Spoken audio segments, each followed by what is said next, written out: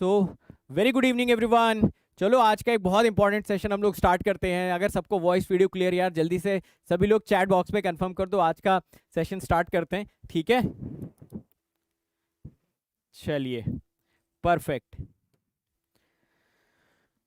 तो कल का जो पार्शियल डिफरेंशिएशन वाला टॉपिक बचा हुआ था, आज उसी को कंप्लीट करने की कोशिश करते हैं, so that application of derivative वाला जो एक बहुत इंपॉर्टेंट चैप्टर है उसको हम लोग एक नए सिरे से स्टार्ट कर पाए। ठीक है, फटाफट सभी को बुला लो, जल्दी से सेशन को स्टार्ट कर देते हैं। और मेरे ख्याल से कल का जो डिस्कशन हुआ था वो सभी को अच्छे से क्लियर हो गया। ठीक है, बहुत बहुत स्वागत आप सभी लोगों का। जल्दी से सभी लोग अपना हालचाल बताओ, क्या हालचाल है, पढ़ाई लिखाई कर रहे हो, नहीं कर रहे हो, क्या चल रहा है? ठीक है, अच्छी तरीके से सारी चीज़ें सिस्टमैटिकली करनी है। ठीक है ना, मैं बार बार बोलता हूँ कंसिस्टेंटली स्टार्ट कर दो, स्टार्ट से लेके एंड तक सारी चीज़ें फिनिश कर दो। ओके,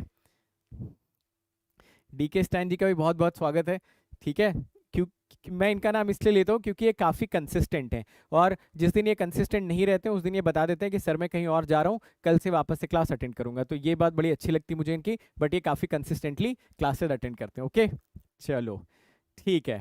टाइमिंग एक बार क्लास के एंड में डिस्कस कर लेते हैं। ठीक है, क्लास के एंड में आज काफ़ी सारा डिस्कशन भी करना है, तो डिस्कशन भी हम लोग कर लेते हैं। ओके, परफेक्ट परफेक्ट, ठीक है। तो ओके ठीक है, करेक्ट, हाँ। हाँ, गौरव कुमार यादव जी भी सारे लेक्चर्स लाइव अटेंड करते हैं, बिल्कुल सही बात है। बहुत सारे लोग हैं जो लेक्चर्स लाइव अटेंड करते हैं और क्वेश्चंस भी पूछते हैं। कभी कभी मैं आप लोगों को डांट भी देता हूँ, कभी कभी मैं आप लोगों को प्यार भी करता हूँ। सारी चीज़ें आप लोग सराखों पे लेते हैं, ये सबसे इंपॉर्टेंट चीज़ है। ठीक है ना? ओके, तो जैसे मैंने बताया था आप सभी लोगों को कि जो पार्शियल डिफरेंशिएशन वाला चैप्टर है, ये चैप्टर इस बार वाले एग्जाम में आप लोग छोड़ के मत जाना, क्योंकि इस बार वाले एग्जाम में शायद एक आधा क्वेश्चन आपको यहाँ पे देखने को मिल जाए। ठीक है ना? तो कल हम लोगों ने क्या क्या डिस्कस किया था उसकी शुरुआत करने से पहले एक बार आप सभी लोग चैट बॉक्स में लिख दो कि हाँ, कल वाला सर जो डिस्कशन है वो हम लोग रिवाइज करके आ चुके हैं। तब तक मैं आपको याद दिला देता हूँ कि कौन सा सब्जेक्ट है, क्या है ये सारी चीज़ें। ठीक है, इंजीनियरिंग मैथमेटिक्स हम लोग यहाँ पर पढ़ने वाले हैं। कैलकुलस का टॉपिक चल रहा था, पार्शियल डेरिवेटिव के बारे में हम लोग डिस्कशन कर रहे थे। लेक्चर नंबर 8 पे हम लोग पहुंच चुके हैं। लेक्चर नंबर 8 के बाद हम लोग एप्लीकेशन ऑफ डेरिवेटिव यानी कि मैक्सिमम मिनिमा के बारे में चर्चा करना स्टार्ट करेंगे। ठीक है, before that let me introduce myself. My name is Vishal Soni. I have cleared ESC examination 2 times, 98 2014 में, 25 2015 में। बहुत सारे पीएसयूज निकाले, 9+ ईयर्स ऑफ टीचिंग एक्सपीरियंस, बहुत सारे बच्चों को गाइड कर चुके हैं। और आप भी अंडर 100, तो अगर नहीं ला पाते हो, अंडर 1000 के बाहर मत लेके आना रैंक यार, समझ गए ना?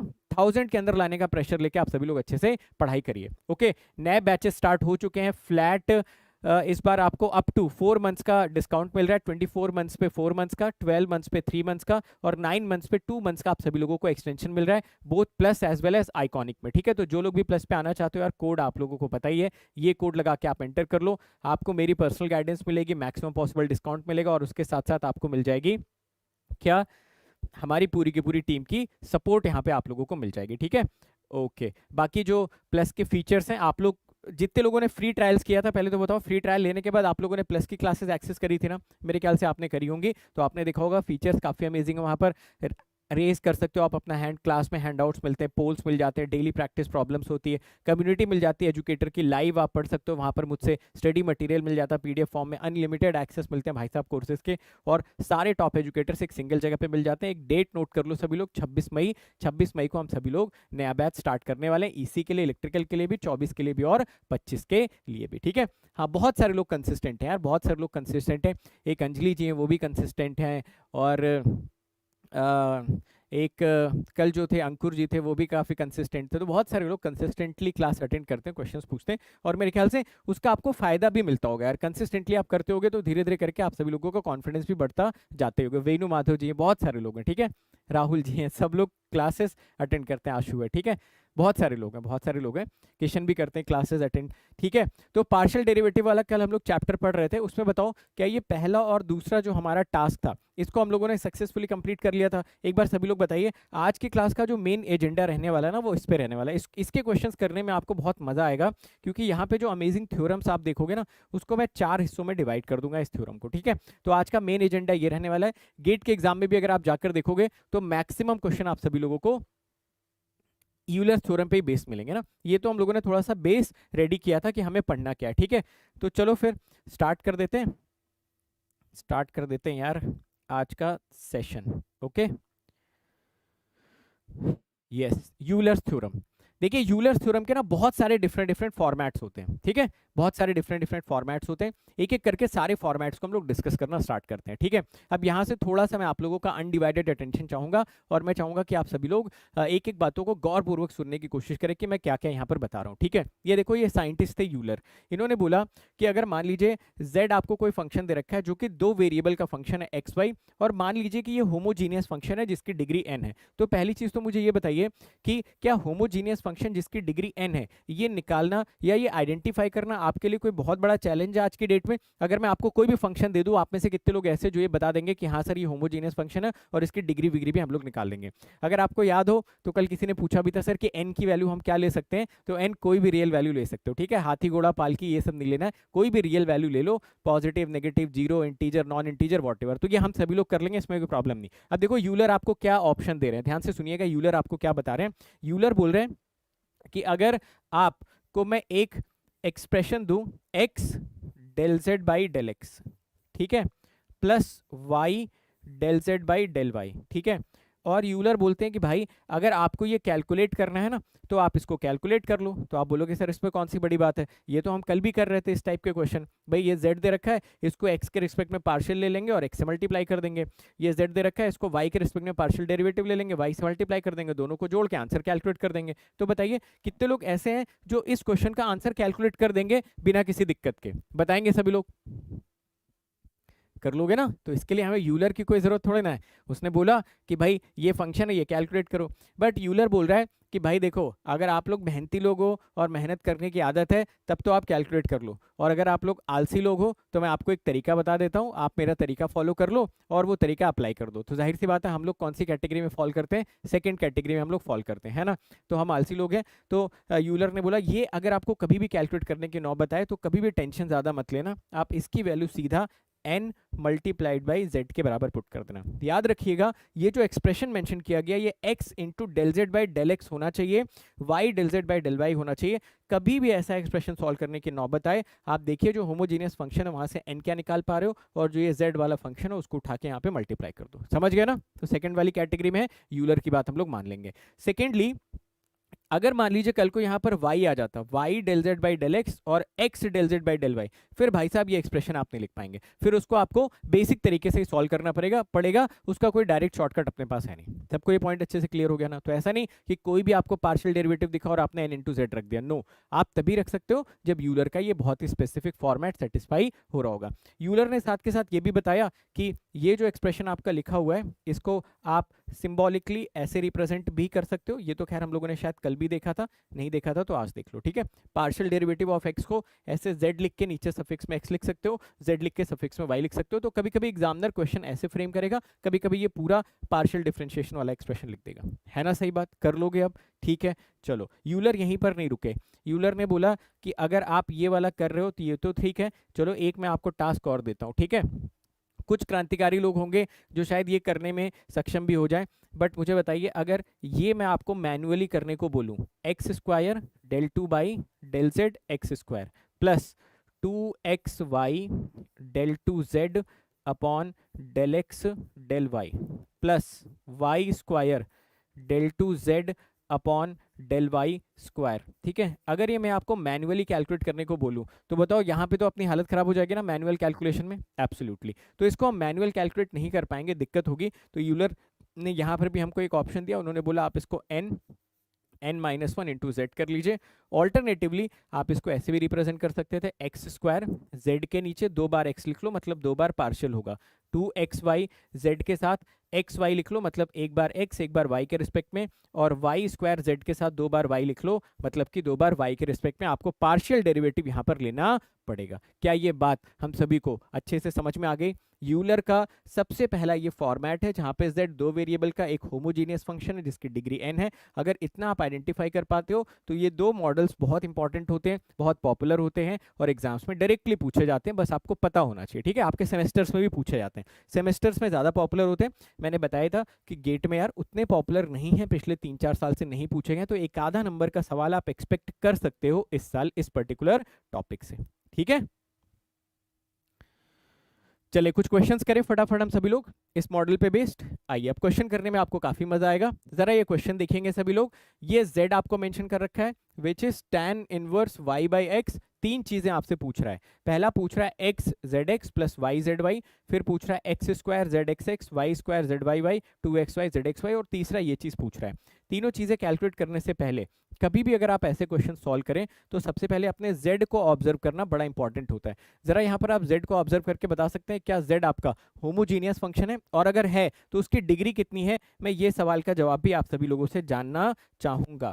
जरा जरा बताएंगे आप सभी लोग ये दोनों चीजें फटाफट कैलकुलेट करके। बोलो भाई साहब, जल्दी बोलो यार। अच्छा, आज मैं आप लोगों को एक बड़ी इंटरेस्टिंग स्टोरी सुनाऊंगा कि मैंने मैथमेटिक्स पढ़ाना स्टार्ट कैसे किया। ठीक है, तो आप लोग जानना चाहोगे ना, तो 6:15 पे वो स्टोरी आप लोगों को सुनाऊंगा। ठीक है, 6:15 वो स्टोरी सुनाऊंगा कि मैथमेटिक्स मैंने कैसे पढ़ाना स्टार्ट किया। पढ़ना तो जाने दो। ठीक है, चलो, तो n की वैल्यू 0 आ गई। तो z आपने बोला कि भाई साहब z जो है वो एक होमोजीनियस फंक्शन है। कैसा फंक्शन है? Homogeneous function. ठीक है, डिग्री आप सभी लोगों ने बिल्कुल सही बता दी। आपने बोला इसकी डिग्री सर कितनी है?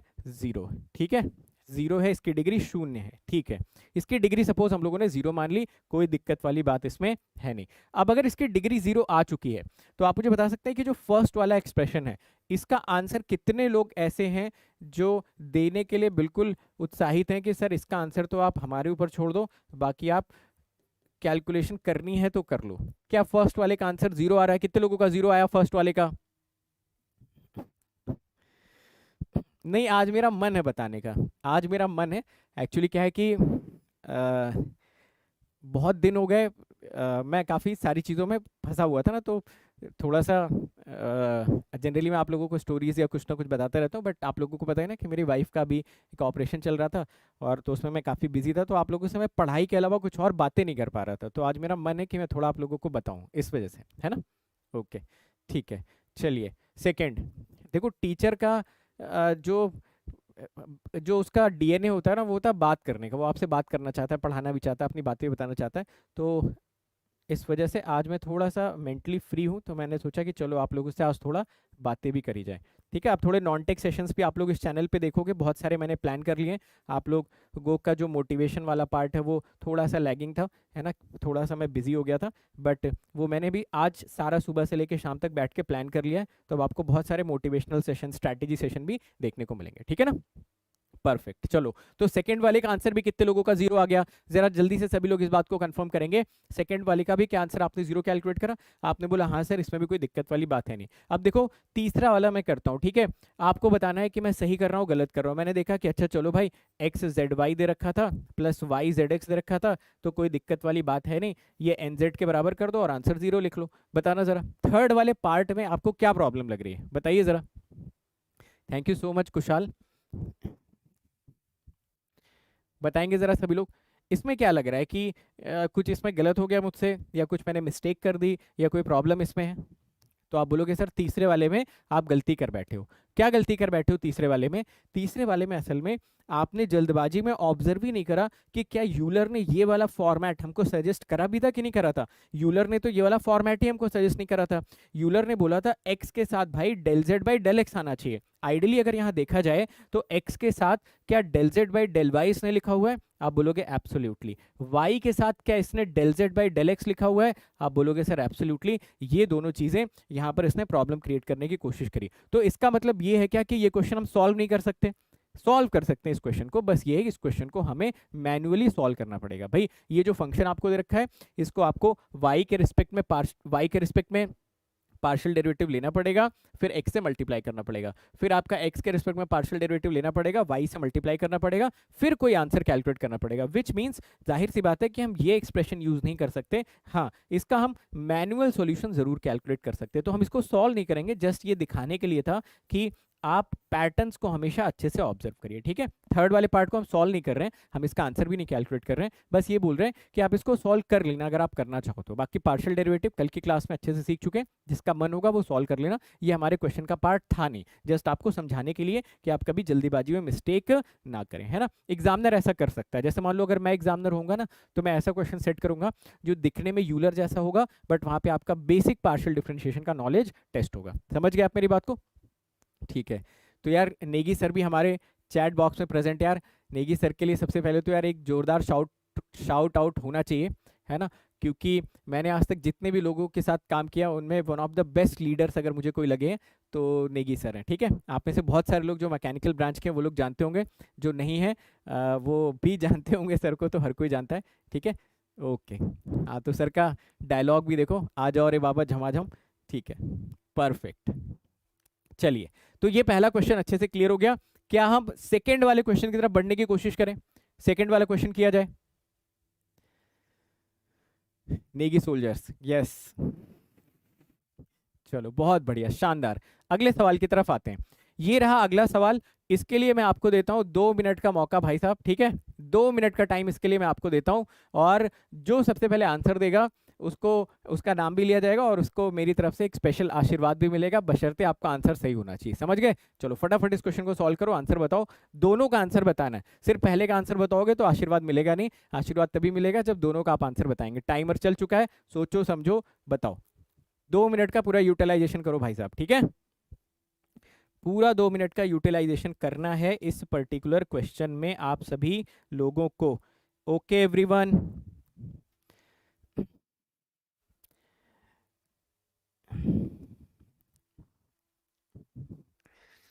जितने भी लोग इसका आंसर 2Z दे रहे हैं, मैं चाहूंगा कि वो लोग एक बार वापस से क्विकली रिव्यू करें कि उनसे क्या मिस्टेक हो रही है। जानबूझ के ये क्वेश्चन मैंने आप लोगों को दिया है क्योंकि मुझे पता था कि आप में से 90% लोग इस क्वेश्चन का आंसर 2Z दोगे, है ना। मुझे पता था आप में से 90% लोग इस क्वेश्चन का आंसर 2Z दोगे, यानी कि करप्शन करोगे। करप्शन कब होता है? जब ड्यू प्रोसेस फॉलो नहीं होता है। कल मैंने बताया था भाई, ड्यू प्रोसेस फॉलो करना है। जब तक ड्यू प्रोसेस फॉलो नहीं करोगे, गलती होने के चांसेस रहेंगे। तो सबसे पहले 5Z किसने दिया यार? एक बार मैं स्क्रॉल करके देख लेता हूँ, एक बार मैं स्क्रॉल करके देखता हूँ। वो एक स्पेशल अटेंशन जरूर डिजर्व करते हैं जिन्होंने दिया है सबसे पहले। तो जीडी भाई साहब ने सबसे पहले 5Z आंसर दिया, तो आपको मेरी तरफ से यार बहुत बहुत बधाई। और बाद में भी जिन लोगों ने दिया उनको भी बहुत बहुत बधाई। बट जिन लोगों से सिली मिस्टेक हुई उनको जस्ट मैं एक चीज़ ये बताना चाहूंगा कि आप ड्यू प्रोसेस हमेशा फॉलो करिए। ये क्वेश्चन जब मैंने पहली बार लगाया था ना, मैंने भी 2Z ही आंसर दिया था, समझे। एज अ स्टूडेंट जब इस क्वेश्चन को मैंने अटेम्प्ट किया था तो मुझसे भी 2Z इसका आंसर आया था, तो मुझे पता था कि आप में से बहुत सारे लोग मेरी तरह ही होंगे जो इसका आंसर 2Z लिखोगे और ये सिली मिस्टेक करोगे। ठीक है, तो इस वजह से ये क्वेश्चन दिया गया। आइए देखते हैं जरा इस क्वेश्चन में प्रॉब्लम क्या है।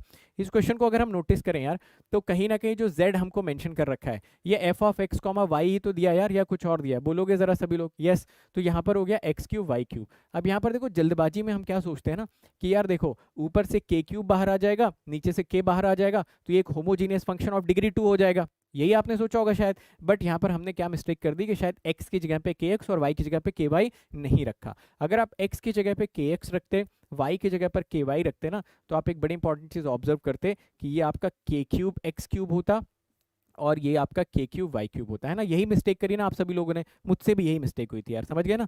तो कोई दिक्कत वाली बात नहीं है। हाँ, आगे से ये मिस्टेक रिपीट नहीं होनी चाहिए थी। तो ये हो गया के एक्स प्लस के वाई। तो यहाँ से देखो आंसर आपको मिल जाएगा के की पावर 6 और यहाँ से मिल जाएगा एक्स क्यूब वाई क्यूब। यहाँ से नीचे आपको मिलेगा के, यहाँ से आपको मिल जाएगा एक्स प्लस वाई। तो यहाँ से अगर आप नोटिस कर रहे होगे तो के की पावर 5 तो आपको मिल ही गया होगा, ये X cube plus Y cube मिल गया होगा, इसको आपने एक्स प्लस वाई से डिवाइड कर दिया होगा। तो आप पा रहे होंगे यहाँ पर कि भाई साहब ये के की power 5 f of x comma y आपको मिल रहा होगा। मतलब कि जो हमारा ये फंक्शन था ये एक होमोजीनियस फंक्शन था, मगर इसकी डिग्री कितनी हो जाएगी? 5 हो जाएगी, है ना। गलती से डिग्री 2 हमने बोल दिया, कोई प्रॉब्लम वाली बात नहीं। आगे से ऐसे क्वेश्चंस में थोड़ा सा केयरफुल रहने की नीड है। तो हमने पाया कि this function is homogeneous function, और इसकी डिग्री हम सभी लोग कितनी आइडेंटिफाई कर पा रहे हैं? Homogeneous function with degree equal to 5, with degree equal to 5। Degree equal to 5 का मतलब हो गया n की वैल्यू हमको 5 मिल गई। n की वैल्यू मिल गई, फिर तो यार कोई दिक्कत वाली बात ही नहीं है। पहला वाला पार्ट जो हमसे इसमें पूछा जा रहा है which is x del z by del x plus y del z by del y, ये हम सभी लोगों को मिल जाएगा n z के बराबर। n की वैल्यू यहाँ पर आपको 5 दिख रही है, तो ये हो जाएगा 5z। सेकेंड वाला पार्ट जो यहाँ पर दे रखा था, अब देखो यहाँ पर ना मैं एक बार एक्सपैंड करके भी लिख दे रहा हूँ सो दैट आपके दिमाग में मैपिंग हो जाए कि ये लिखा क्या हुआ। ठीक है, इस वजह से मैं ये जानबूझ के लिख रहा हूँ सो दैट आपके दिमाग में ये एक्सप्रेशंस अच्छे से मैप हो जाए। Plus y square del two z, y square del two z plus del y square plus 2xy del 2z upon del x del y. ठीक है, ये आपको मिल गया होगा। मैं n(n-1) z अगर लिखता हूं तो मेरे ख्याल से आप सभी लोग इसका आंसर निकाल पा रहोगे। 20z आप सभी को इसका आंसर मिल रहा है सभी को 20z आंसर। ठीक है, ओके, बहुत बढ़िया यार, मजा आ गया इस क्वेश्चन को करके। तो इस क्वेश्चन को इंपॉर्टेंट मार्क कर लेना, जो भी क्वेश्चन गलत हो यार उसको ना अलग से इंपॉर्टेंट आप सभी लोग मार्क कर लिया करो। ठीक है, इंपॉर्टेंट मार्क कर लिया करो। अच्छा, बहुत सारे लोग वीजीपीपी का पूछ रहे थे, तो वीजीपीपी भी आपका स्टार्ट हो जाएगा ना, जैसे मैंने बताया ना, आज मैं फ्री हो गया हूँ, तो आप लोगों को लिमिट, कंटिन्यूटी, डिफरेंशियबिलिटी के 20 क्वेश्चंस का एक वीजीपीपी का सेशन मोस्ट प्रॉब्ली 18 को मैं प्लान कर दूंगा। ठीक है, तो 18 को वीजीपीपी का एक सेशन आप सभी का हो जाएगा। ओके, तो प्रॉब्लम टेंशन मत लो। कैलकुलस में मैंने आपको बताया था ना, टॉपिक कंप्लीशन के बाद ही वीजीपीपी का सेंस बनेगा। अगर आप प्लस में भी देखोगे ना, तो प्लस में भी मैं डीपीपी पूरा लिमिट, कंटिन्यूटी, डिफरेंशियबिलिटी मिलाकर ही दे रहा हूँ। वहाँ पर भी ऐसा नहीं है कि मैं हर क्लास के बाद आपको डीपीपी दे रहा हूँ, क्योंकि जब पूरा टॉपिक कंप्लीट हो जाता है ना, तभी आप क्वेश्चन लगा सकते हो। ठीक है ना, ओके, चलो अगले क्वेश्चन की तरफ बढ़ा जाए। चलिए, ये सवाल लगाइए। इस सवाल के लिए भी मैं आपको 2 मिनट का मौका देता हूँ, और मैं चाहूंगा कि इसमें हम किसी भी प्रकार की सिली मिस्टेक नहीं करें। सिली मिस्टेक होती है लैक ऑफ अटेंशन की वजह से, है ना, फोकस हमारा थोड़ा सा हिला होता है, और जो मैं आपके ऊपर प्रेशर डालता हूँ ना, प्रेशर में डाल रहा हूँ कि भाई जो सबसे पहले आंसर देगा उसको मैं ये दूंगा वो दूंगा, तो वो दिमाग में आपके प्रेशर क्रिएट करता है, उसी को हैंडल करना है। समझ रहे हो आप मेरी बात को? वो प्रेशर हैंडल करना है हम सभी लोगों को। चलो फटाफट इसको सॉल्व करो सभी लोग, आंसर बताओ क्या आना चाहिए। अगेन क्राइटेरिया वही है, क्राइटेरिया वही है।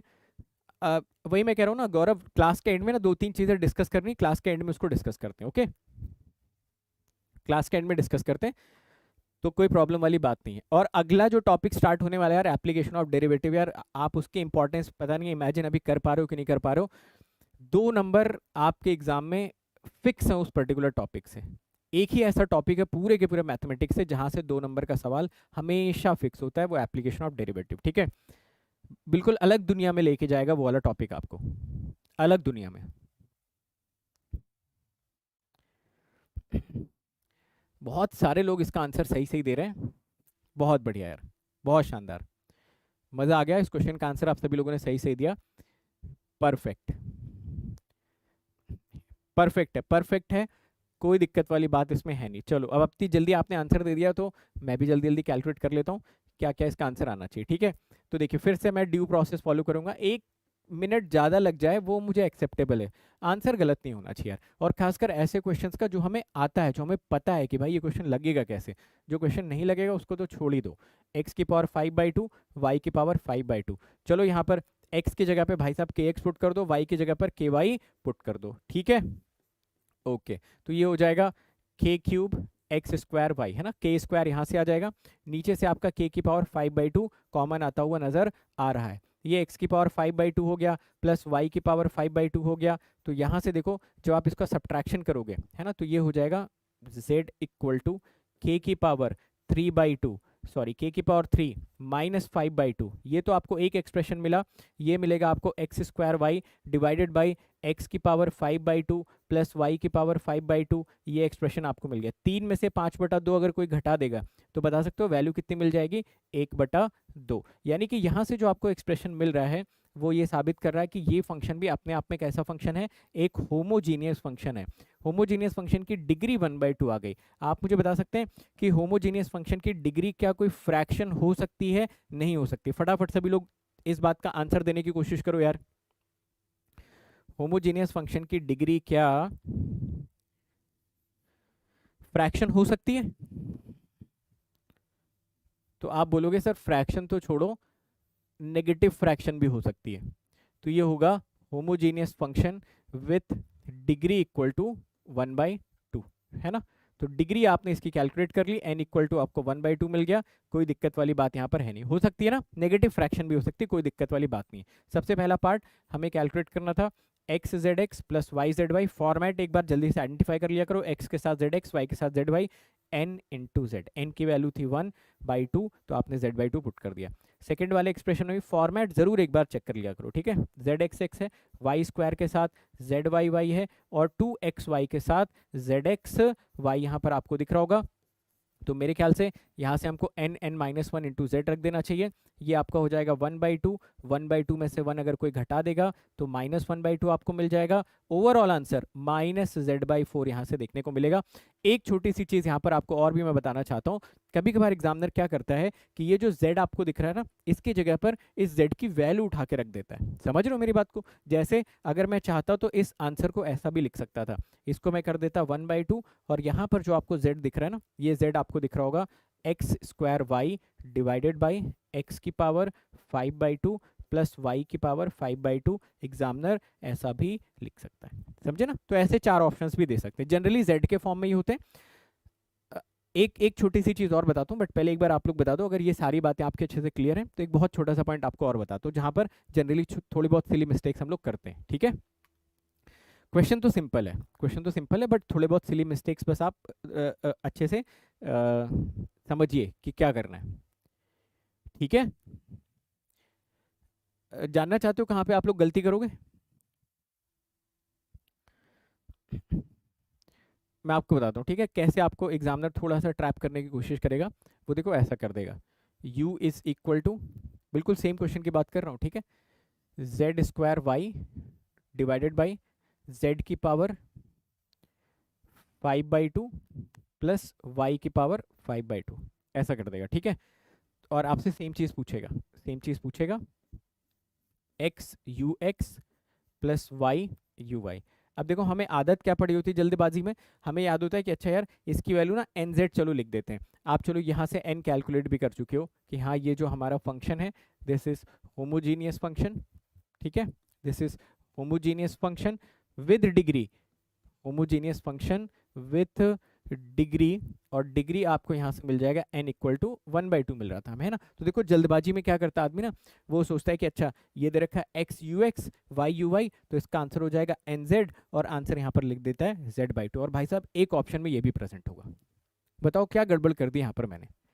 आप में से मुझे बताइए कि आपको क्या लगता है कि क्या मैंने यहाँ पर सिली मिस्टेक कर दी? और एक ऑप्शन ये दे के भी रखता है एग्जामिनर आपका, समझ रहे हो मेरी बात को? ऐसा कोई क्वेश्चन पूछा नहीं गया है, बट मेरे ख्याल से पूछा, मतलब मेरे ख्याल से ऐसा आपको ट्रैप करना बड़ा आसान है, ऐसे टाइप के क्वेश्चंस बना के थोड़ा सा।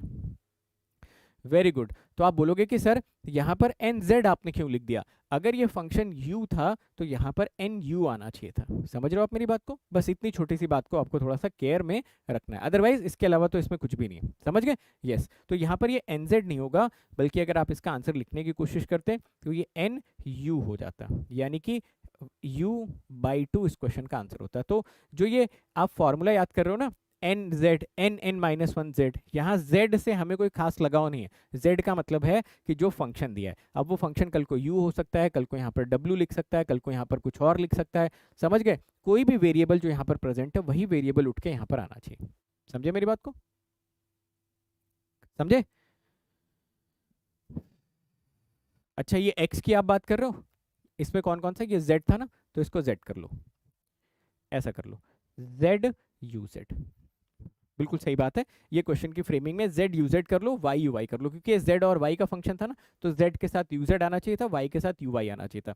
कुल मिला जुला के मेरे कहने का मतलब ये है कि आप जब भी इन एक्सप्रेशंस को आइडेंटिफाई करें तो ये देख लें कि ये जो u है ये फंक्शन है किसका। आपने देखा u जो फंक्शन था वो z और y का फंक्शन था, तो यहाँ पर फिर z uz और y uy हो जाएगा और आंसर में nu आ जाएगा। समझे मेरी बात को? ठीक है, हाँ बिल्कुल सही बात है, यहाँ पर इसमें कोई डाउट ही नहीं कि ये z uz होना चाहिए था। अच्छा ज़रा इसका सेकंड पार्ट ज़रा आप लोग देख के बताइए। जैसे मान लीजिए अगर कोई ऐसा लिख देता है examiner, plus y² uy plus 2zy, ठीक है, uzy ऐसा टाइप का कुछ लिख देता है, तो हमारा आंसर यहाँ से क्या होना चाहिए था? वही फॉर्मेट बन रहा है ना, x² uxx, y² uyy, 2xy uxy। यहाँ से भी हमारा जो आंसर आएगा दैट विल बी -u/4। समझे मेरी बात को? बस इतनी सी बात आप लोगों को याद रखनी है, अदरवाइज और कोई मिस्टेक इसमें होने के चांसेस है नहीं। तो बताइए, यूलर्स का पहला फॉर्मेट आई थिंक हम सभी को अच्छे से समझ में आ गया। सेकंड फॉर्मेट की तरफ बढ़े हम लोग,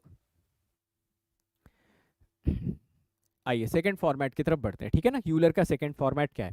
यूलर का जो सेकंड फॉर्मेट है उसमें उन्होंने ना फर्स्ट फॉर्मेट को ही एक्सटेंड कर दिया। उन्होंने बोला कि जो फर्स्ट फॉर्मेट था उसमें हमारा z सिर्फ एक्स वाई का फंक्शन था, और अगर ये सिर्फ एक्स वाई का फंक्शन था तो वहां पर आपके सामने एक पार्शियल डिफरेंशियल इक्वेशन थी जिसको कि आपने सॉल्व करने की एक टेक्निक बिल्डअप कर ली थी। सही बात है।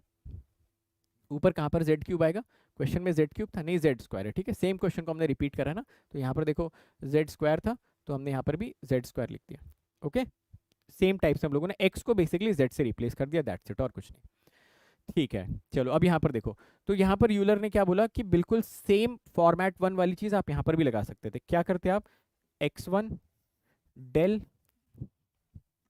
z बाई डेल x1, ठीक है, plus x2 del z by del x2 plus x3 del z by del x3 plus dot dot dot plus xm del z by del xm। ठीक है, तो उन्होंने बोला इसका आंसर भी आप nz लिख लो, कोई दिक्कत वाली बात है नहीं। ठीक है, और यहाँ पर उन्होंने सिर्फ और सिर्फ एक ही एक्सप्रेशन दिया सेकेंड एक्सप्रेशन देने में उनकी भी हालत खराब हो गई होगी, तो उन्होंने बोला कि भाई इतने सारे वेरिएबल हैं तो ये एक ही एक्सप्रेशन आप याद करके चलो। समझ गए। जब जब दो आपके पास एक्सप्रेशन आ जाएगा ना, दो एक्सप्रेशन दो वेरिएबल का एक्स और वाई का, तब तो ठीक है, तब तो आपका फर्स्ट वाला और सेकंड वाला जो एक्सप्रेशन है वो तो आपने यहाँ पर लिख दिया, ठीक है ना। बट सेकंड वाले एक्सप्रेशन में उन्होंने सिर्फ और सिर्फ एक ही बात दिया, उन्होंने बोला x1 के साथ del z by del x1 होना चाहिए, x2 के साथ del z by del x2 होना चाहिए, xm के साथ del z by del xm होना चाहिए, और ये वैल्यू आपका nz के बराबर आना चाहिए। यहाँ पर कोई सेकंड एक्सप्रेशन उन्होंने देने की कोशिश नहीं करी हुई है। ठीक है ना, आगे बढ़े क्वेश्चन की तरफ, क्वेश्चन सॉल्व करें। चलो एक सिंपल सा क्वेश्चन करते हैं, वहां से सारी बातें आपकी अच्छे से क्लियर हो जाएंगी। आइए जरा देखते हैं इस क्वेश्चन को, बड़ा अच्छा क्वेश्चन है ये।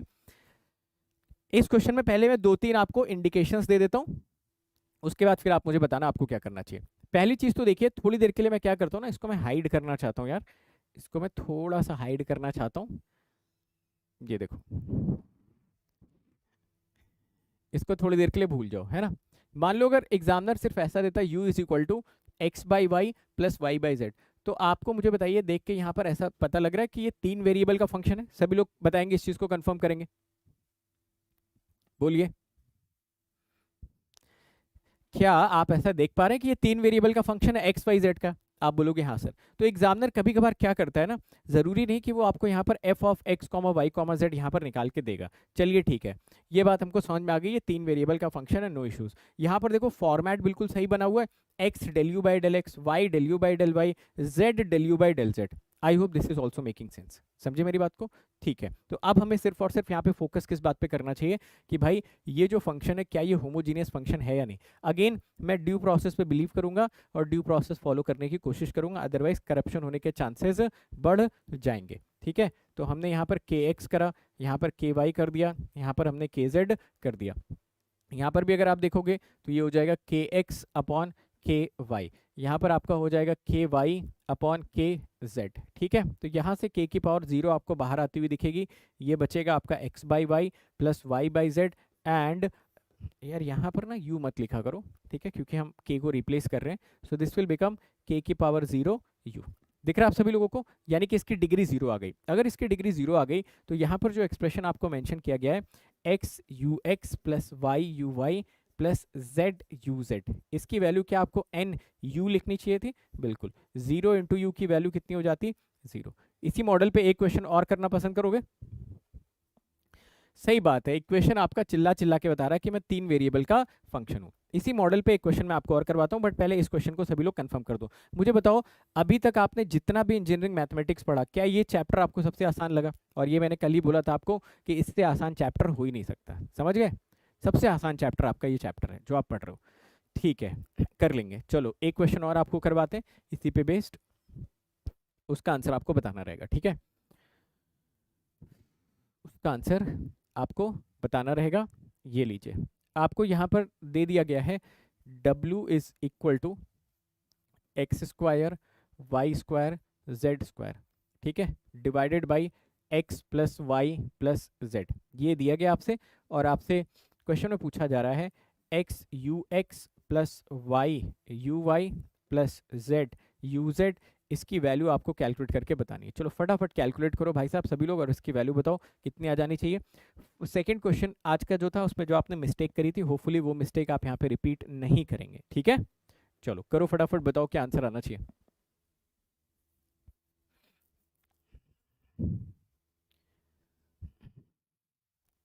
ये देखो 5z स्टार्ट हो गया ना, यही मैं मना कर रहा हूँ, इसीलिए मैंने यहाँ पर w लिखा हुआ। 5z मत करिए यार, है ना, 5z मत करिए आप, इसको 5w आपको बोलना चाहिए था। चलिए ठीक है, जरा यहाँ पर देखिए, w जो आपको यहाँ पर दिख रहा होगा, ये आपका x का, y का और z का फंक्शन है, ठीक है। ये आप सभी को दिख रहा है, x square y square z square divided by x plus y plus z.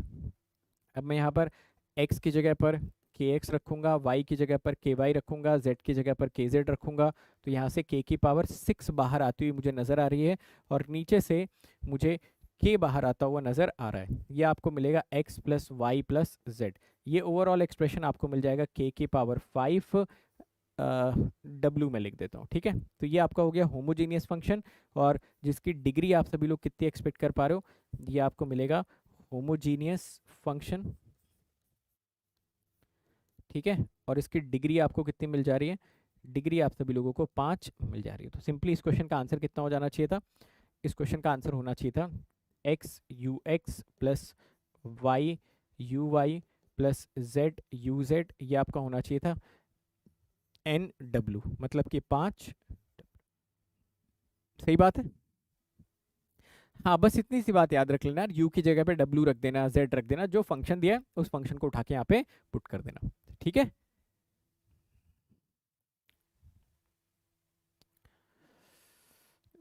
अब इसको भी डब्ल्यू करना पड़ेगा।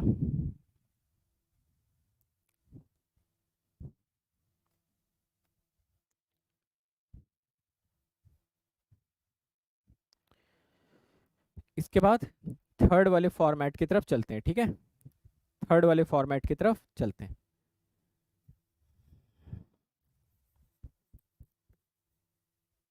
ओके, तो दो फॉर्मेट आप सभी को क्लियर हो गए अच्छी तरीके से, पहला format and second format.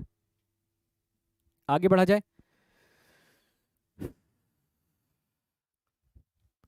k की पावर 6 में आप कंफ्यूज्ड हो, यहां पर आप देखो, ये देखो आपको क्या करना है, यहां पर देखिए, यहां पर आपको क्या करना है, x की जगह पे के एक्स पुट करना है, y की जगह पे के वाई पुट करना है, z की जगह पे के जेड पुट करना है। तो x की जगह पे के एक्स पुट कर दो, ये हो गया के एक्स का स्क्वायर, y की जगह पे के वाई पुट कर दो, ये हो गया के वाई का स्क्वायर, z की जगह पर के जेड पुट कर दो, ये हो गया के जेड का स्क्वायर। अब समझ में आ गया किशन जी, ठीक है।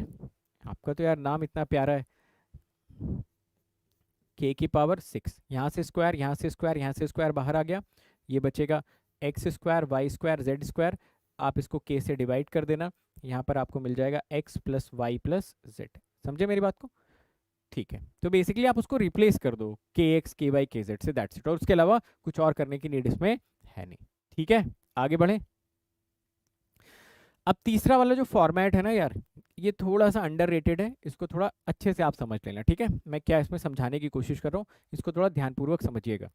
जैसे मान लीजिए कि मैं एक यहाँ से फंक्शन एज्यूम करता हूँ, z is equal to f of x comma y plus g of x comma y plus h of x comma y. ध्यान से इसको समझिएगा, यहाँ पर मैंने बोला z जो है मेरा, ये f plus g plus H मुझको यहाँ पर दिख रहा है, ठीक है। मैं इसको साइड में लिख देता हूँ, यहाँ पर साइड में लिख देता हूँ कि z जो मुझे दिख रहा है यहाँ से, that is f plus g plus h, ऐसा टाइप का दिख रहा है। क्वेश्चन में बोला जा रहा है कि जो आपका f वाला फंक्शन है, ये जो आपका f वाला फंक्शन है, दिस फंक्शन इज होमोजीनियस, ठीक है। ये जो फंक्शन है ना, ये होमोजीनियस फंक्शन है, ये फंक्शन है homogeneous with degree equal to n, ठीक है। तो ये फंक्शन हो गया homogeneous with degree n। But ये वाला जो फंक्शन है, ये जो फंक्शन है ना, ये वाला जो फंक्शन है, अरे भाई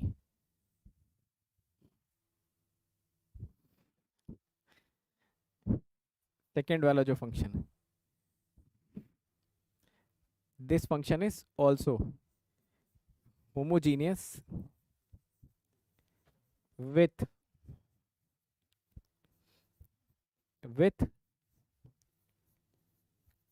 डिग्री इक्वल टू m। ठीक है, तो ये फंक्शन हो गया होमोजीनियस विद डिग्री m। ये वाला भी होमोजीनियस है, दिस इज ऑल्सो होमोजीनियस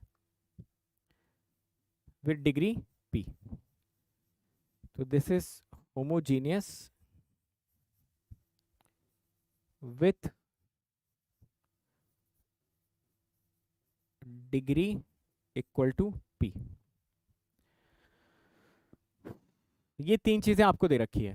तो मेरा आप लोगों से एक सिंपल सा क्वेश्चन है, मैं आपसे ये पूछना चाहता हूँ कि जो ये z है, क्या ये z होमोजीनियस होगा या नहीं होगा? आप कुछ भी आंसर दो जो आपको समझ में आ रहा है, गलत सही सोच समझ के, फिर मैं आपको समझाता हूँ।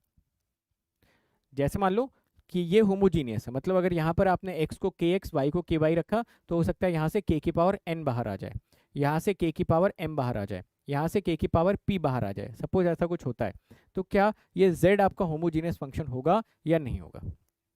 मुझे आंसर सही है गलत से मतलब नहीं है, मैं बस ये जानना चाहता हूँ कि आपके दिमाग में क्या चल रहा है, आप बताओ, उस हिसाब से फिर डिस्कशन करते हैं भाई क्या हो सकता है इसका। तो सब लोग बोल रहे हैं कि सर होमोजीनियस हो जाएगा, होमोजीनियस हो जाएगा, होना चाहिए शायद, ठीक है, मे बी वॉट एवर, ठीक है। आइए ज़रा इस बात पे थोड़ी सी चर्चा करनी चाहिए हमें। देखिए ज़रा, ज़रा देखिए, ये z हमारा जो था, ये भी था तो एक्स वाई का ही फंक्शन है ना, ध्यान से देखिएगा, ये भी था तो हमारा एक्स वाई का ही फंक्शन। तो हमने क्या करा, ये एक्सप्रेशन ऐसे लिखा, G X Y plus H X Y. आप ऐसा बोल रहे हो कि अगर हम इसमें w की जगह पर के एक्स रख दें और y की जगह पर के वाई पुट कर दें, तो हमने यहाँ पर भी क्या करा, इसकी जगह पर के एक्स पुट कर दिया और इसकी जगह पर के वाई पुट कर दिया, इसकी जगह पर के एक्स पुट कर दिया, इसकी जगह पर के वाई पुट कर दिया, इसकी जगह पर के एक्स पुट कर दिया और इसकी जगह पर के वाई पुट कर दिया, है ना। मान लेते हैं थोड़ी देर के लिए कि जो n है उसकी वैल्यू 3 ले लो, जो m है उसकी वैल्यू ऐसा ले लो 4 3 2 ले लो, चलो इसको 4 ले लो, इसको 3 ले लो और p को 2 ले लेते हैं, है ना। थोड़ा सा समझाने के लिए, सिंप्लिसिटी के लिए ऐसा ले लेते हैं, ठीक है। जो हमारा होमोजिनिटी का ऑर्डर है, तो बताओ यहाँ से k की कौन सी पावर बाहर आ जाएगी? आप बोलोगे सर यहाँ से k की पावर 4 बाहर आ जाएगी, एक्स वाई कर लो। यहाँ से k की पावर 3 बाहर आ जाएगी, आप इसको एक्स वाई कर लीजिए। यहाँ से k की पावर 2 बाहर आ जाएगी, आप इसको एक्स वाई कर लीजिए। आई hope this is making sense. अगर मैं यहाँ से सपोज k स्क्वायर बाहर ले लूँ, जो कि मुझे कॉमन दिख रहा है सब में, तो क्या ये आपका जो फंक्शन आ रहा है, आप मुझे बताइए, इन एनी वे ये जो फंक्शन आ रहा है, क्या ये वापस से w को रिप्रेजेंट कर पा रहा है या नहीं कर पा रहा है? क्या मैं इसको ऐसा कुछ बोल सकता था दैट दिस इज के स्क्वायर डब्ल्यू? भाई अंदर वाला जो फंक्शन है वो तो अजीबो गरीब टाइप का फंक्शन बन गया ना। देखो, आप देखो ना, आप तो ये बोल रहे थे कि जो आपका w था वो तो था भाई f plus g plus H, F plus g plus H था, है ना। अगर आपका जो w था वो f plus g plus H था, तो यहाँ से सपोज के स्क्वायर बाहर भी आ रहा है, तो अंदर w थोड़ी बन जा रहा है यार। w तो तब बनता है जब यहाँ पर भी के स्क्वायर की जगह 1 होता, यहाँ पर भी 1 होता, यहाँ पर भी 1 होता, तो ये तो कुछ अजीब सा ही फंक्शन बन जा रहा है। तो मेरी एक बात को हमेशा याद रखिएगा कि अगर आप 3 होमोजीनियस फंक्शंस जिनकी की डिग्री अलग अलग है उनको जोड़ रहे हो, तो जो रिजल्टेंट फंक्शन आएगा ना वो होमोजीनियस तो हो ही नहीं सकता भाई, हो ही नहीं सकता वो। समझे आप मेरी बात को? अगर n equal to m equal to p कर दोगे भाई, फिर तो बात ही अलग हो गई ना। अगर आपने तीनों को बराबर कर दिया तब तो होमोजीनियस हो ही जाएगा।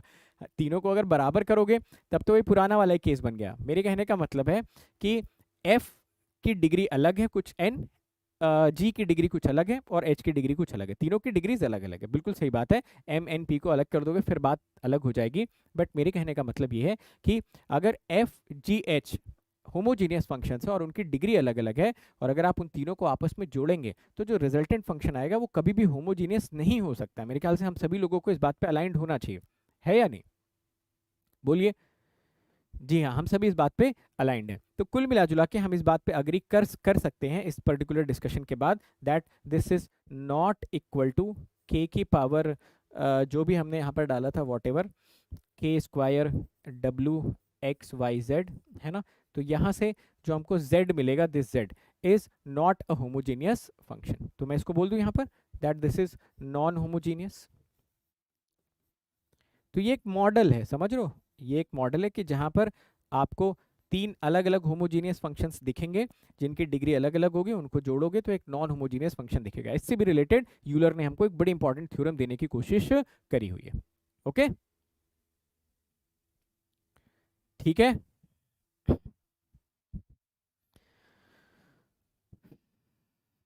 ओके, चलो अब देखो यूलर ने क्या बताया, यूलर की बात भी सुन लो। यूलर ने हमको बताया कि अगर z आपका x कॉमा वाई,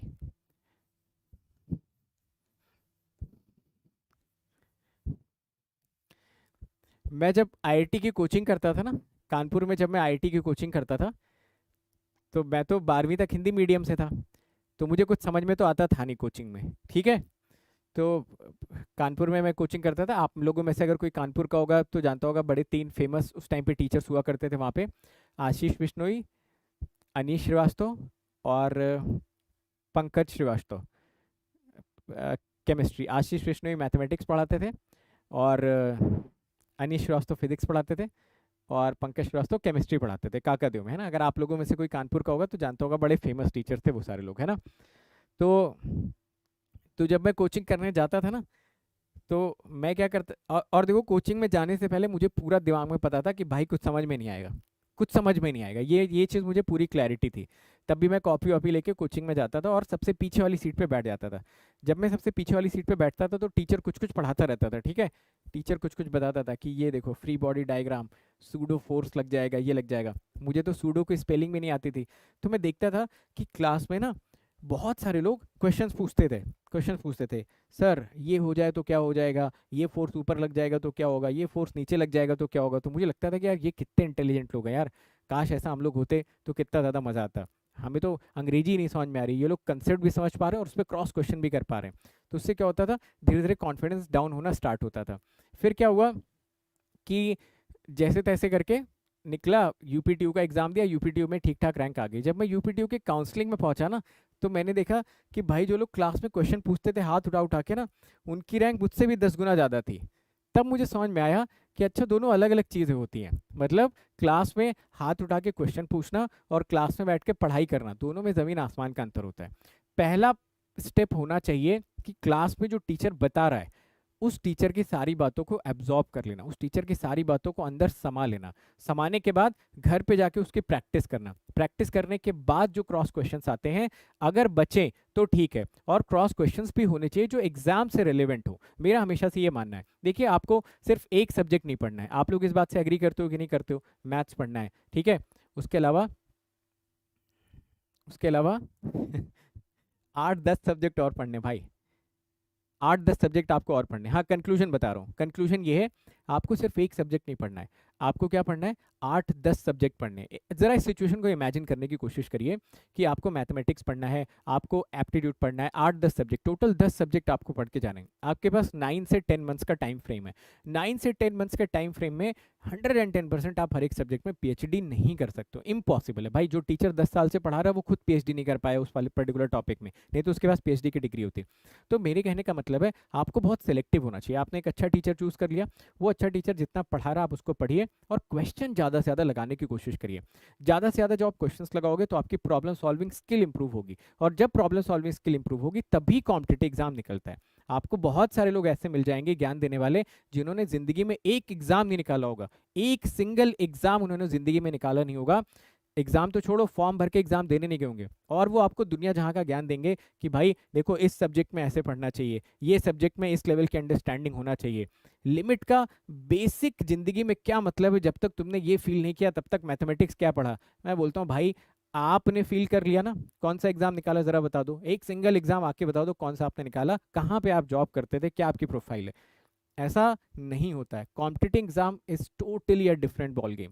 जो लोग भी कॉम्पिटिटिव एग्जाम क्लियर करते हैं उनको बहुत क्लैरिटी होती है कि यार मुझे पढ़ना क्या है और छोड़ना क्या है और किस लेवल तक मुझे जाके पढ़ना है। आप लोग मेरी बात को समझ रहे हो ना? तो ये चीज़ यार लाइफ में हमेशा याद रखना। कॉम्पिटिटिव एग्जाम क्लियर करना बिल्कुल डिफरेंट बॉल गेम। आप किसी भी ऐसे टीचर से बात करेंगे जिन्होंने लाइफ में कॉम्पिटिटिव एग्जाम्स खुद क्लियर किए होंगे, जो खुद एग्जाम्स में रैंक लेके आए होंगे ना, तो आपको हमेशा ये बोलेंगे कि आप प्रॉब्लम सॉल्विंग स्किल डेवलप करिए। सवाल लगाने पे ध्यान होना चाहिए। लिमिट का सवाल आ रहा है, फोड़ के रख दो सवाल। अब लिमिट का प्रैक्टिकल लाइफ में क्या यूज है उसका बहुत ज्यादा मतलब होता नहीं है। हाँ, कल को आप एग्जाम क्लियर कर लेते हो, उसके बाद इंटरव्यू देने जाते हो, फिर आप इन सारी चीज़ों पे रिसर्च कर सकते हो। फिर मैं खुद इंकरेज करता हूँ कि आप एनपीटेल के लेक्चर्स देखिए, मैंने खुद देखे थे।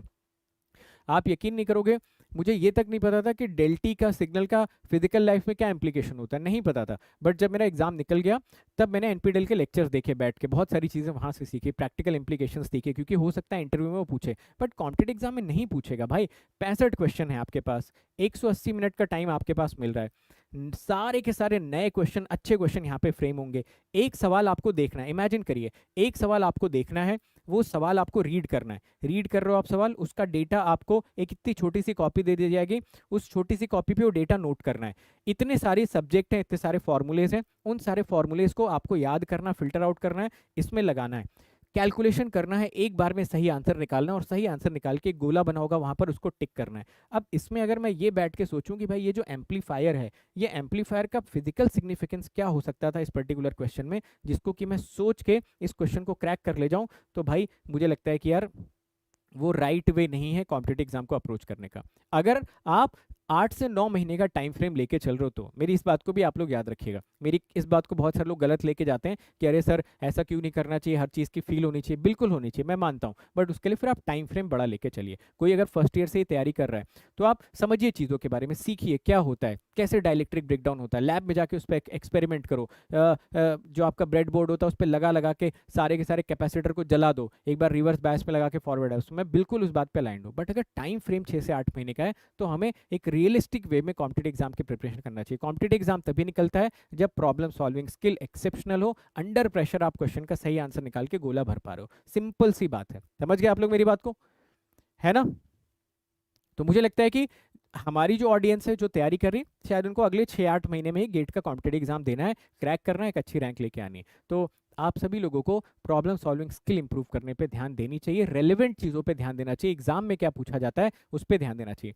हमेशा इस बात को याद रखिएगा, कॉम्पिटिटिव एग्जाम में जो आपका सिलेक्शन होता है वो कभी इस बात से नहीं होता है जो क्वेश्चन आपको नहीं आता है। जो क्वेश्चन नहीं आता उसको छोड़ दो, आता आता क्वेश्चन जो गलत करके आता है उसकी वजह से आपका सिलेक्शन रुकता है। इलेक्ट्रिकल का पेपर बहुत टफ आया, बहुत हो हल्ला मचा, अरे सर इतना टफ आ गया, टफ आ गया। भाई उसी रेशियो में सारी चीज़ें नॉर्मलाइज हो गई, टॉपर भी 60-62 नंबर पे फर्स्ट रैंक आ गई। 2012 में इलेक्ट्रॉनिक्स का पेपर बहुत डिफिकल्ट आया था, 62-63 नंबर पे फर्स्ट रैंक आ गई थी। तो जो बहुत डिफिकल्ट चीज़ें होती है ना वो कोई नहीं कर पाता, बट जितनी चीज़ें आती हैं वो गलत नहीं होनी चाहिए। इस बात का हम सभी लोगों को अपने एंड से एक मोरल रिस्पॉन्सिबिलिटी लेनी चाहिए कि ये टॉपिक पढ़ा भाई, ये गलत नहीं करेंगे, जो नहीं आ रहा उसको छोड़ दो, कोई दिक्कत वाली बात नहीं। जो हमसे नहीं होगा भाई वो किसी से भी नहीं होगा, समझे मेरी बात को? ठीक है, तो रेलेवेंट चीजें पढ़िए, क्वेश्चंस लगाइए और रेलेवेंट क्वेश्चंस क्लास में पूछिए, समझ रहे हो? ठीक है, अब बात समझ आई मैं क्या कंक्लूड करना चाह रहा था?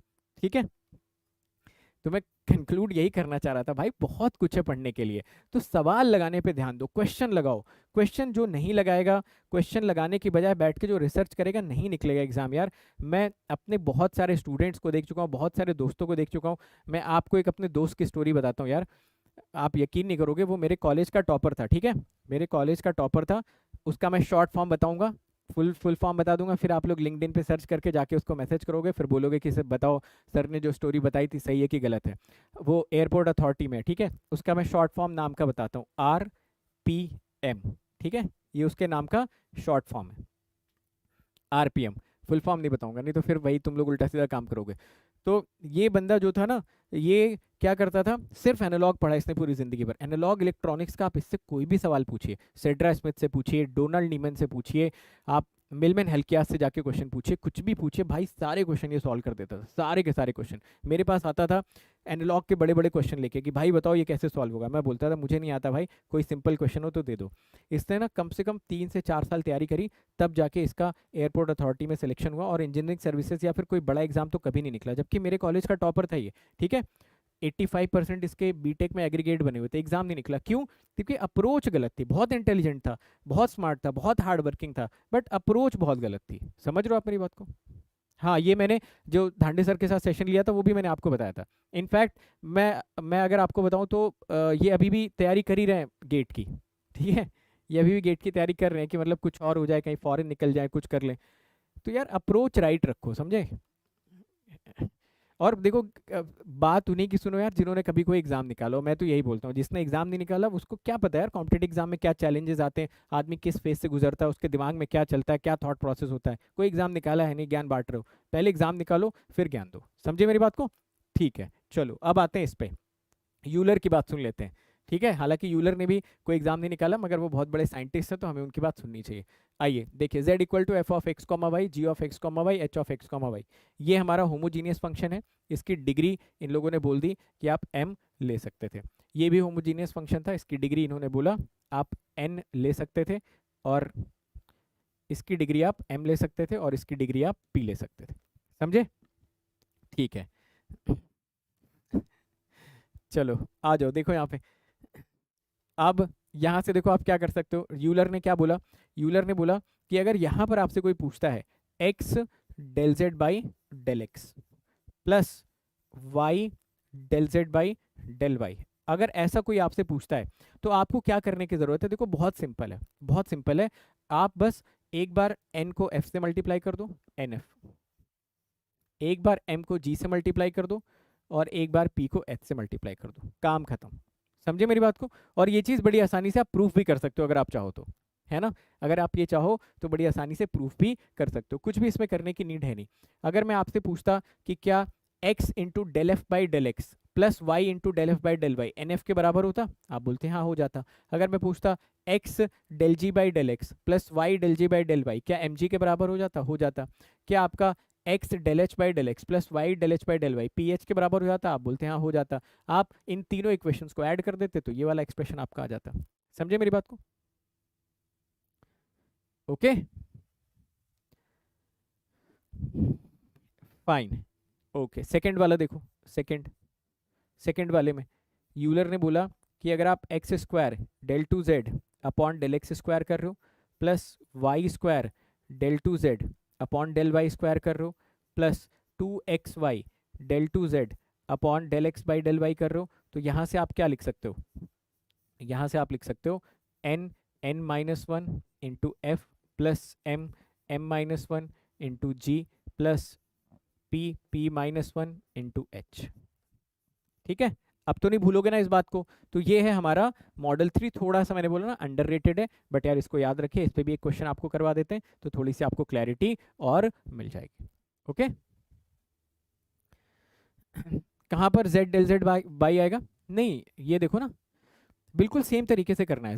z जो है वो एक्स वाई का फंक्शन था, बट इस बार जो एक्स वाई के फंक्शन थे वो तीन अलग अलग होमोजीनियस फंक्शंस थे, बट z नॉन होमोजीनियस था। तो x del z by del x plus y del z by del y को आप ऐसा लिख लीजिए, और x स्क्वायर के बाद वही एक्स स्क्वायर, वाई स्क्वायर के बाद वही वाई स्क्वायर, 2x के बाद डेल एक्स डेल वाई, ये एक्सप्रेशन आपका आ जाएगा। ओके सभी लोग एक बार जल्दी से कंफर्म कर दो यार, फिर उसके बाद मैं आप लोगों को एक सवाल करवा देता हूँ। ओके आइए एक क्वेश्चन कर लेते हैं, तो थोड़ा सा मुझे लगता है और कॉन्फिडेंस हमारा बढ़ना चाहिए।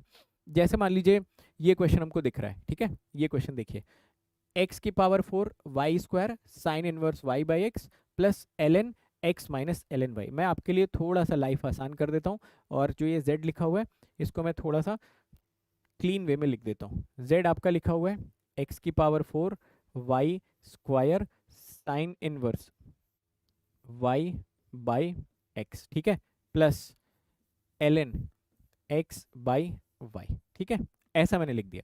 पहली चीज तो आप मुझे ये बता सकते हैं, आप मुझे ये बता सकते हैं कि ये वाला जो फंक्शन है, दिस फंक्शन, क्या ये होमोजीनियस है? सभी लोग बताएंगे, आप बोलोगे हाँ सर। अगर मैं x की जगह kx डाल दूं, y की जगह ky डाल दूं, y बाई एक्स वाले से तो कोई फर्क वैसे भी नहीं पड़ने वाला है, तो k की पावर 6 तो यहाँ से बाहर आ रहा है, k की पावर 6, मतलब कि जो n की वैल्यू क्या उसको हम 6 एज्यूम कर लें। आप बोलोगे हाँ sir n equal to 6 assume कर लो, कोई टेंशन वाली बात है नहीं। विच मीन्स ये वाला जो फंक्शन है ये अपने आप में होमोजीनियस है, और ये अपनी डिग्री 6 मेंटेन करके चल रहा है। ठीक है, ये जो दूसरा वाला फंक्शन है, अगर इसको हम ऑब्जर्व करते तो इसकी डिग्री भी आप कैलकुलेट कर सकते थे, इसकी डिग्री आपको 0 मिल जाती है ना। अब डिग्री में तो मुझे लगता है कोई डाउट है नहीं, एक बार दोनों डिग्रीज आप सभी लोग कंफर्म कर दीजिए। ये भी होमोजीनियस जिसकी डिग्री 6 थी, दिस इज ऑल्सो होमोजीनियस जिसकी डिग्री ये 0 अज्यूम करके चल रहा है। जेड की वैल्यू उसने कुछ ऐसा मेंशन करी हुई है। ओके, बिल्कुल सही बात है, तो मुझे लगता है कि इसमें कोई प्रॉब्लम वाली बात है नहीं। ओके, चलिए समझने के लिए इसको हम लोग f of x comma y मान लेते हैं और इसको हम g of x comma y मान लेते हैं। ठीक है, तो हमारे पास ये वाला जो फंक्शन आया था ये हमारा होमोजीनियस था जिसकी की डिग्री हमको 6 मिल रही थी, और ये जो हमारा फंक्शन था इसकी डिग्री हमको 0 मिल रही थी। तो अगर यहाँ पर हम फर्स्ट पार्ट इसका सॉल्व करते, अगर हम इसका फर्स्ट पार्ट सॉल्व करते x z x plus y z y, तो कितने लोग बोलते हैं कि सर इसका आंसर तो n f plus m g आना चाहिए था, आना चाहिए था n f plus m g. N की वैल्यू देखिए क्या 6 मिल रही, तो आप इसका आंसर लिख देते 6f, एम तो 0 ही था, ये आंसर मिल जाता। 6f लिखने का मतलब है आप चाहते तो कल को इस f की जगह पे ये वाला फंक्शन भी उठा के रिप्लेस कर सकते थे, दैट्स इट। सही बात है, आई hope this is making sense for everyone. ठीक है, जरा दूसरा वाला देखिए, सेकेंड वाला जरा देखिए। सेकेंड वाले में x square z x x plus y square z y y plus 2xy z x y, ये देखो 50 रुपए कटने वाला काम किया ना इसने। सैलरी कम करके तो फिर बोलता है कि सर आप हमारा ध्यान नहीं रखते हो। 2xy,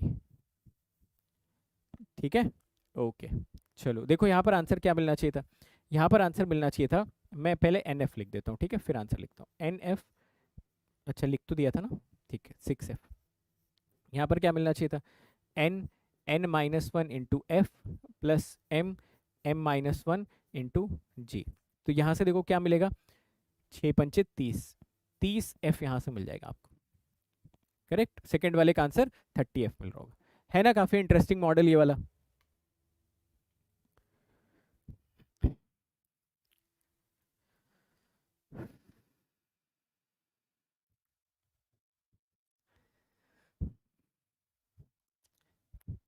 ठीक है, 5 मिनट और बचे हुए, एक क्वेश्चन और कर लेते हैं फिर आपको मैं बताता हूँ, ठीक है, स्टोरी भी सुना देता हूँ। एक क्वेश्चन और कर लो इसी मॉडल पे, क्योंकि इसके बाद वाला जो मॉडल है वो और इंटरेस्टिंग, उसमें आपको सबसे ज़्यादा मजा आएगा। ठीक है, जो मॉडल नंबर 4 है उसको आप सबसे ज़्यादा इंजॉय करोगे उसके क्वेश्चंस लगाने के। बट इसी मॉडल पे एक क्वेश्चन आपको और करवा देता हूँ यार। z equal to f of x comma sorry z equal to x की पावर 4 प्लस वाई की power 4 upon x square y y plus 3x square ln y by x minus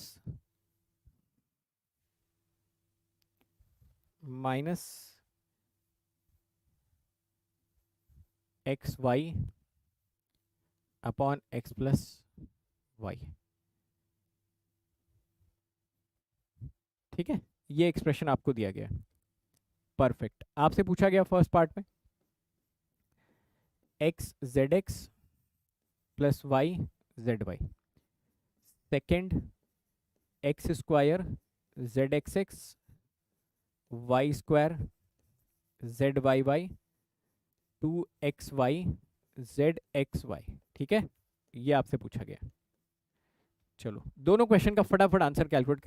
30 कैसे निकला, यहाँ से देखो n की वैल्यू 6 थी, यहाँ पर आप रख दो n n minus one into f, n की जगह पे 6 रख दो, 6 माइनस वन 5 हो जाएगा, 6 पंचे 30, 30f लिख दो। यहाँ पर आप क्या रखोगे 0 into 0 minus one into G, तो ये ओवरऑल 0 हो जाएगा। ठीक है, ओके। चलो ये क्वेश्चन का आंसर जल्दी से बता दो, फिर मैं आपको बताता हूँ कि मैथमेटिक्स मैंने कैसे पढ़ाना शुरू किया। ठीक है,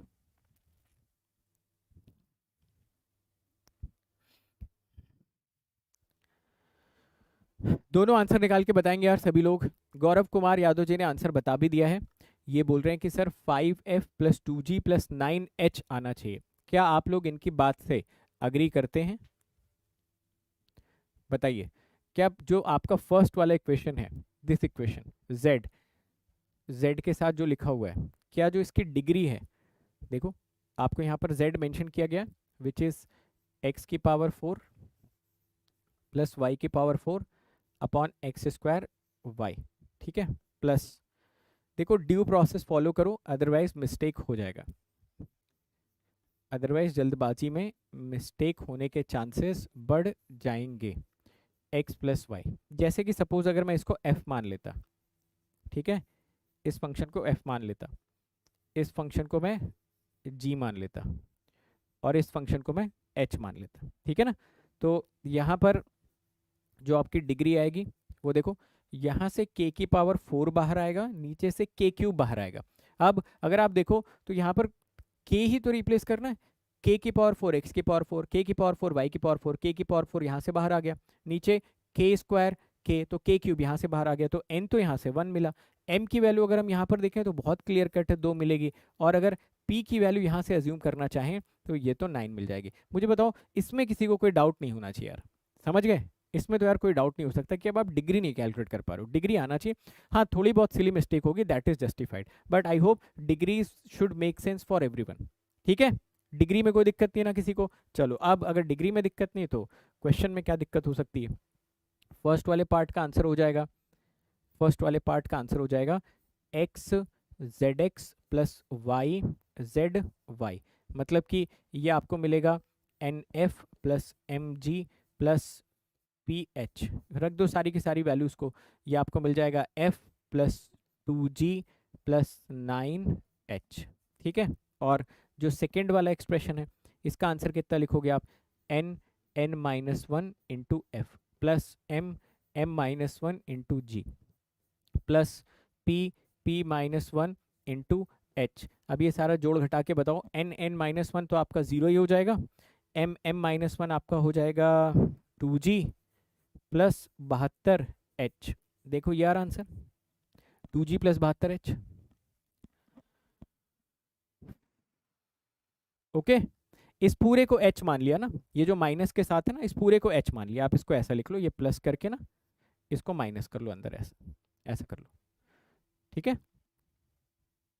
इस पूरे को h मान लो भाई, समझ गए, इस पूरे को आप h मान लो, कोई दिक्कत वाली बात नहीं है, ऐसा कर लो अगर आपको प्रॉब्लम हो रही है तो, ठीक है भाई साहब, कोई दिक्कत तो नहीं है।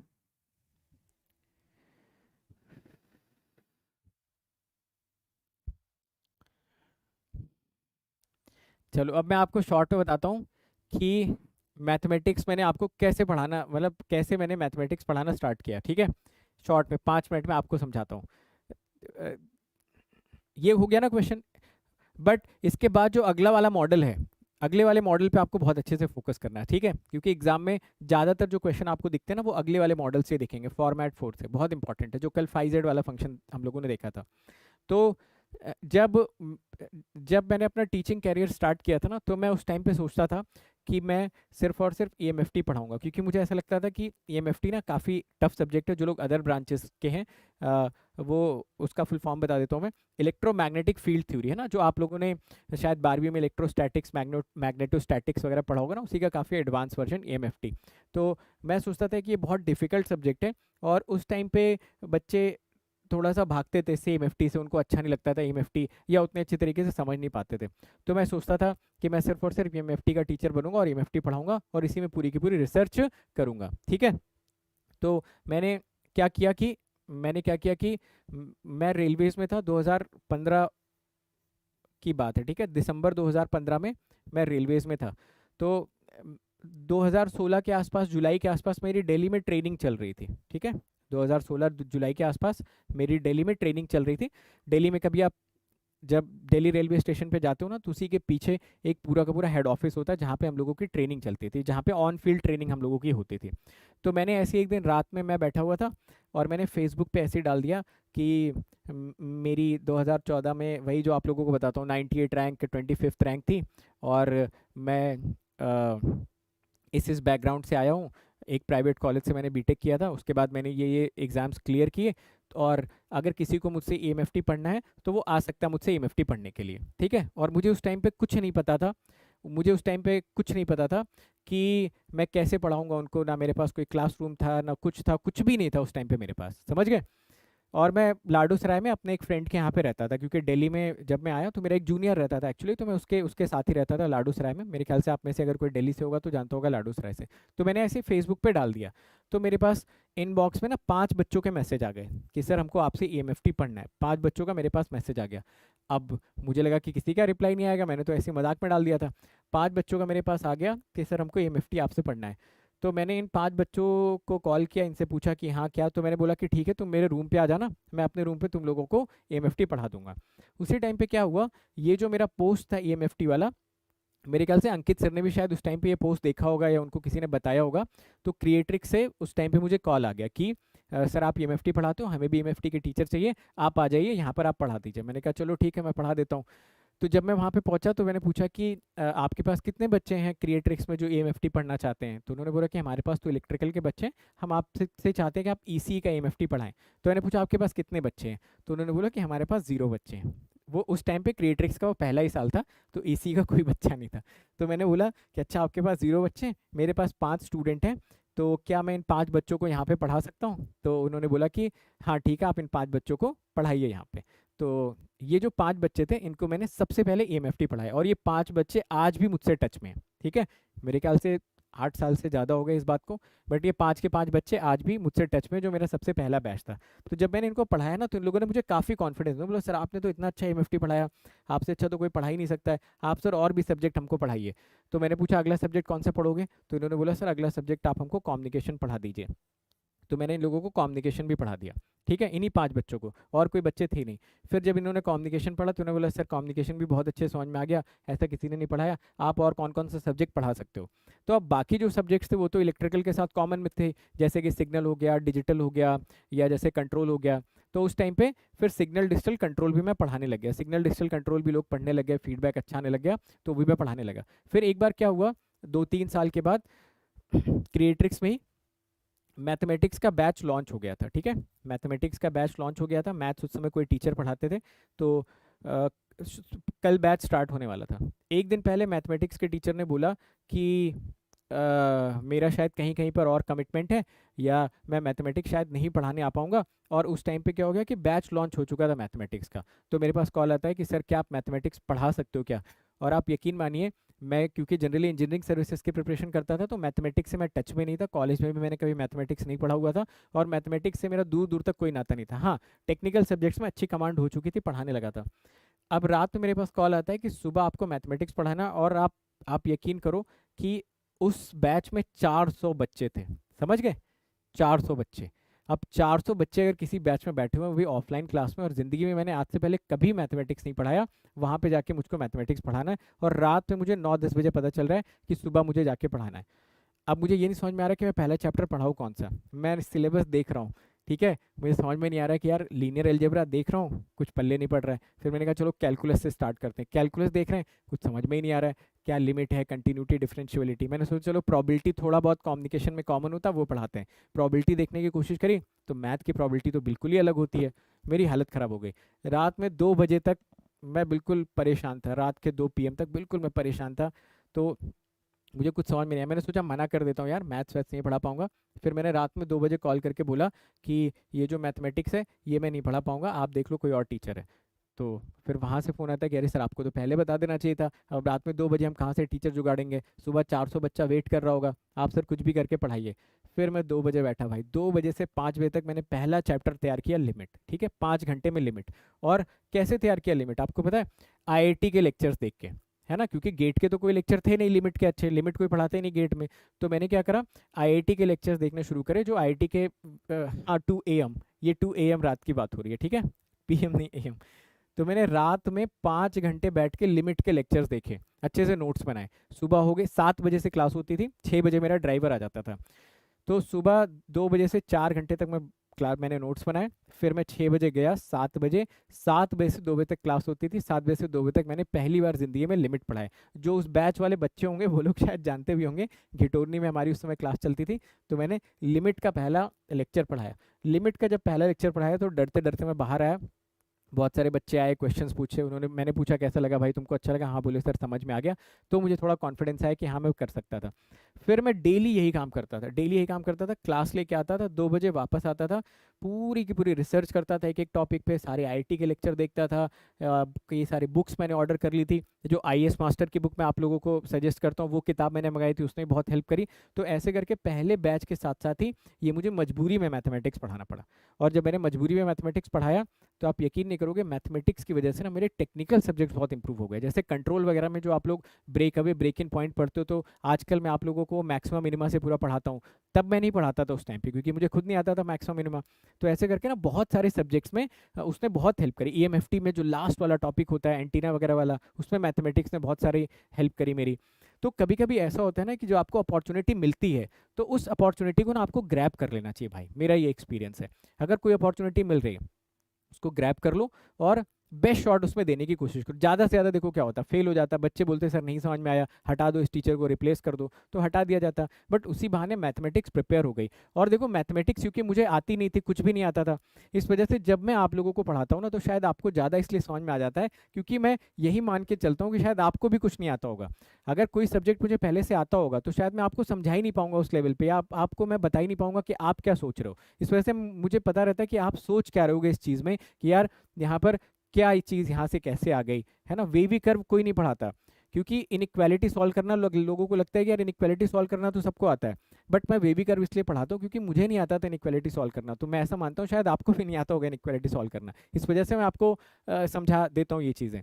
तो इस वजह से हो सकता है थोड़ा बहुत हम लोग रिलेट कर पाते हो, क्योंकि हम लोग सेम ही टाइप के लोग हैं, समझ गए। अभी भी आपको भी कुछ नहीं आता था उस टाइम पे, मुझे भी नहीं आता था। तो जब मैंने सीखा, तो वही सेम फिलॉसफी मैं आपको ट्रांसफर कर देता हूँ। तो शायद हमारी फ्रीक्वेंसी इस वजह से मैच कर जाती, टेक्निकल में, मैथमेटिक्स में, एंड इन सारी चीज़ों में। समझे, समझ गए मेरी बात को। तो यहाँ से बस मैं ये बोलता हूँ, कभी आपको लाइफ में कोई अपॉर्चुनिटी मिले ना, उसको ग्रैब कर लो यार, है ना। फेल होने से मत डरो। ठीक है फेल हो जाएंगे, 2 4 लोग उल्टा सीधा बोलेंगे ना, बोलेंगे उल्टा सीधा, सुन लेंगे, क्या करेंगे, एक कान से सुन के एक कान से निकाल देंगे, एक कॉमेडी मूवी देख लेंगे, मस्त हो गए। तो कभी इस बात से मत डरो कि फेल हो गए तो कोई क्या बोलेगा, बोलेगा अरे भाई ये तो ये करने गया था नहीं कर पाया। कोई बात नहीं, जो होगा देखा जाएगा। एक कान से सुनो, एक कान से निकाल दो, इसीलिए भगवान ने 2 कान दिए, चाहते तो एक दे सकते थे ना। ठीक है। दूसरी इंपॉर्टेंट चीज़ ये होती है कि दूसरी इंपॉर्टेंट चीज़ ये होती है कि जब भी आप कोई भी चीज़ करना चाहते हो, समझ गए, जैसे कि आपने शुरुआत कर दी किसी भी चीज़ की, तो फिर ना उसको अंजाम तक भी लेके जाओ। शुरुआत करना इंपॉर्टेंट नहीं। अब मैं मैथमेटिक्स आधा पढ़ा के आधा छोड़ देता ना, तो उसका यार कोई सेंस नहीं बनता, फिर वो पूरा ही करना होता है। तो अगर आपने कुछ जिम्मा उठा लिया है, तो पूरा खत्म कर डालो उसको। ठीक है, ओके। चलो मॉडल 4 पे आ जाए हम लोग।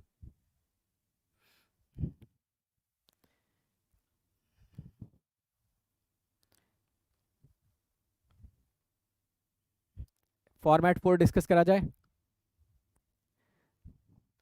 आइए फॉर्मेट 4 डिस्कस करते हैं, ठीक है। ठीक है, तो बहुत सारी मैथमेटिक्स में स्लीपलेस नाइट्स गई है मेरी, मतलब क्योंकि ये मेरे लिए बिल्कुल एलियन सब्जेक्ट था, बिल्कुल एलियन था, कुछ भी आइडिया नहीं था। टेक्निकल तो आता भी था, इसमें तो एक भी चीज़ नहीं आती थी। इस वजह से मैथमेटिक्स में बहुत मेहनत करनी पड़ी, कंटेंट डेवलप करने में, बहुत सारी चीज़ों में, इंटीग्रेशन में, बहुत सारी चीज़ों में। तो इस वजह से वो बहुत एक अच्छा कंटेंट बन गया, मतलब बेसिक से, जिससे बहुत सारे लोग बेनिफिट हो पाते हैं। आइए ज़रा फॉर्मेट 4 की तरफ चलते हैं।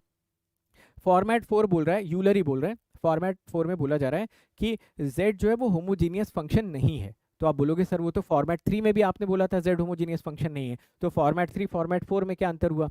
फॉर्मेट 3 में जो z आपका होमोजीनियस फंक्शन नहीं था, वो असल में 3 अलग अलग होमोजीनियस फंक्शंस का समेशन था, है ना, सही बात। ठीक है, बट यहाँ पर जो आपका z नॉन होमोजीनियस फंक्शन है ना, उसकी ये खूबसूरती है कि ये z को जब आप फाई z में कन्वर्ट करोगे, तब ये होमोजीनियस फंक्शन हो जा रहा है डिग्री n का। क्या एक ऐसा डिस्कशन हमारा कल ऑलरेडी हो चुका है, बहुत सारे ऐसे फंक्शंस थे जहाँ पे z आपका नॉन होमोजीनियस था, बट जो उसका फंक्शन था फाई z वो होमोजीनियस हो जा रहा था, सही बात है।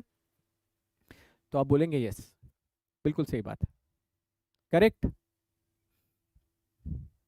जी हाँ। अब क्या करते हैं, आइए देखिए इसमें यूलर क्या बोल रहे हैं। यूलर इसमें बोल रहे हैं कि अगर ऐसे केस में, एक z ऐसा फंक्शन है जो होमोजीनियस नहीं है बट फाई z होमोजीनियस है, और अगर आपसे कोई पूछता है x del z by del x plus y del z by del y, तो ऐसे केस में आपको क्या करना चाहिए, ऐसे केस में आपको n लिखना चाहिए, जो आपने फाई z बनाया उसको लिखो और इसके डिफरेंशिएशन को नीचे डाल दो, फाई डैश z को, समझे, डिफरेंशिएशन नीचे फंक्शन ऊपर। ओके, सिमिलरली सेकंड वाले में देखिए, x square del two z by del x square plus y square del two z by del y square plus 2xy del two z del x del y, ठीक है ना, del x del Y.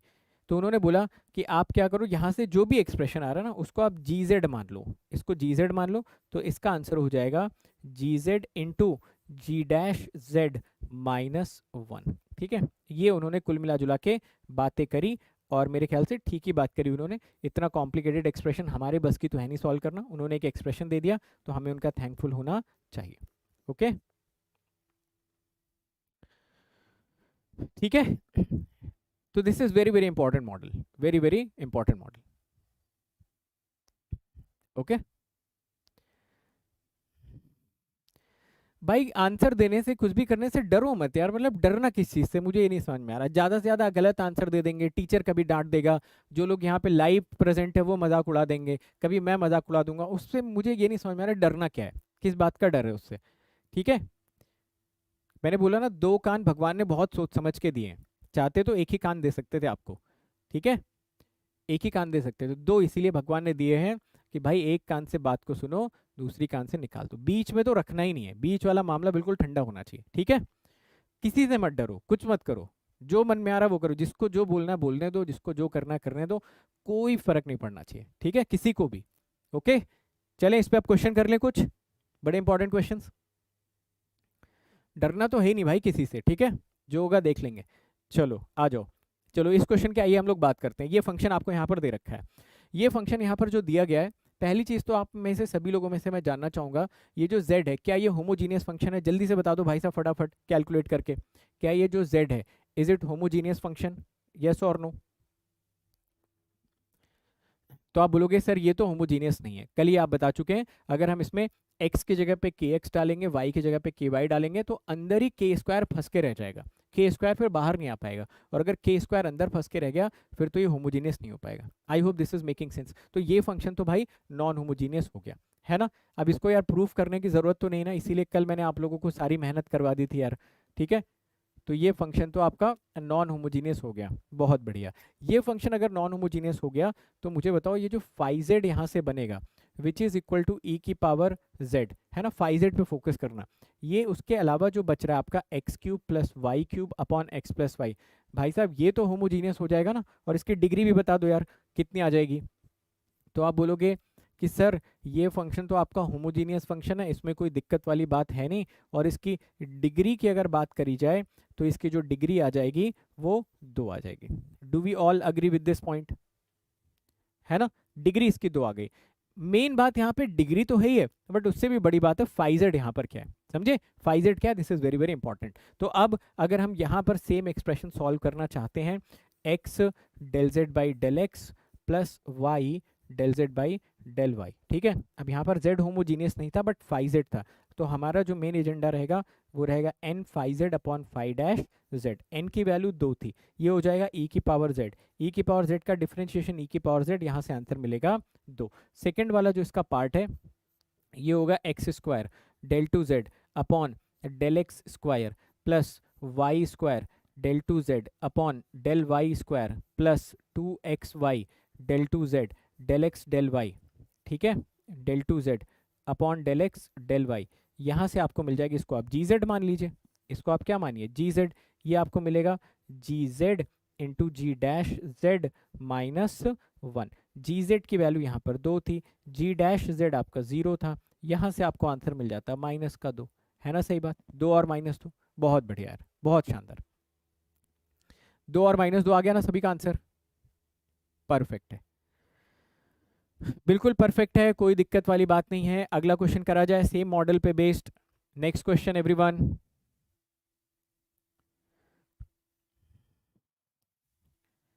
अगला question करेंगे खुद से आप लोग। चलिए अगले क्वेश्चन के लिए मैं आपको देता हूँ 2 मिनट का वक्त, ठीक है, और मैं चाहूँगा कि इस क्वेश्चन का 2 मिनट के अंदर अंदर आप दोनों पार्ट सही से निकाल के कमेंट बॉक्स में आंसर दर्ज करा दें अपना। चलिए शुरू हो जाइए।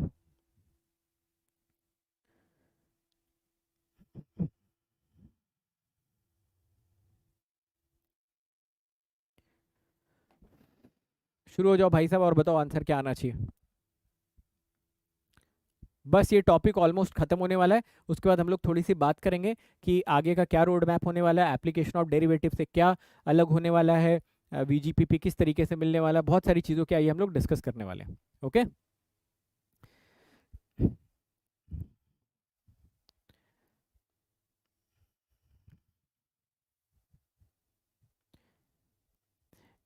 देखिए कभी भी ना स्टोरीज इंस्पिरेशनल नहीं होती, हमेशा इंस्पिरेशनल जर्नीज होती हैं। ठीक है। आपकी भी जो जर्नी होगी ना वो भी अपने आप में बहुत इंस्पिरेशनल होगी, बट उससे लोग रिलेट कब कर पाएंगे, जब आपके पास उस जर्नी के साथ साथ एक अचीवमेंट होगी। हर एक इंसान की जो जर्नी होती है ना वो इंस्पिरेशनल होती है, बट उसी जर्नी में जब अचीवमेंट ऐड हो जाती है ना तो लोग भी आपसे कनेक्ट करने लगते हैं। तो इसीलिए मैं बार बार आप लोगों को बोलता हूँ कि अचीवमेंट ज़रूर हासिल करो, है ना, फिर अपनी जर्नी शेयर करो लोगों के साथ, तो बाकी लोग भी कुछ ना कुछ कर पाएंगे लाइफ में। आइए देखिए ज़रा, सबसे पहली चीज़, क्या ये होमोजीनियस है? आप बोलोगे नहीं सर ये नॉन होमोजीनियस है। ये जो फंक्शन है ये तो आपका नॉन होमोजीनियस फंक्शन है। अगर ये फंक्शन नॉन होमोजीनियस है तो ठीक है, हमें कोई प्रॉब्लम इसमें नहीं है, बट हम चाहते हैं यहाँ से एक होमोजीनियस तो जनरेट हो एटलीस्ट। तो जो होमोजीनियस फंक्शन हमारा आ जाएगा फाई जेड, वो बचेगा टेन जेड। इसकी डिग्री बता दो भाई साहब कितनी मिल रही है आप सभी लोगों को, x cube plus Y cube upon x plus y. ठीक है, ये आपका होमोजीनियस मिल गया। और होमोजीनियस के साथ साथ इसकी जो डिग्री आपको मिल रही होगी, इसकी जो डिग्री आपको मिलेगी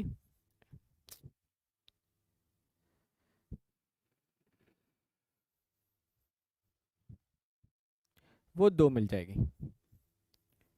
ठीक है, होमोजीनियस के साथ जो डिग्री मिलेगी वो 2 मिल जाएगी, यानी कि n की वैल्यू यहाँ से आपको मिल जानी चाहिए थी 2।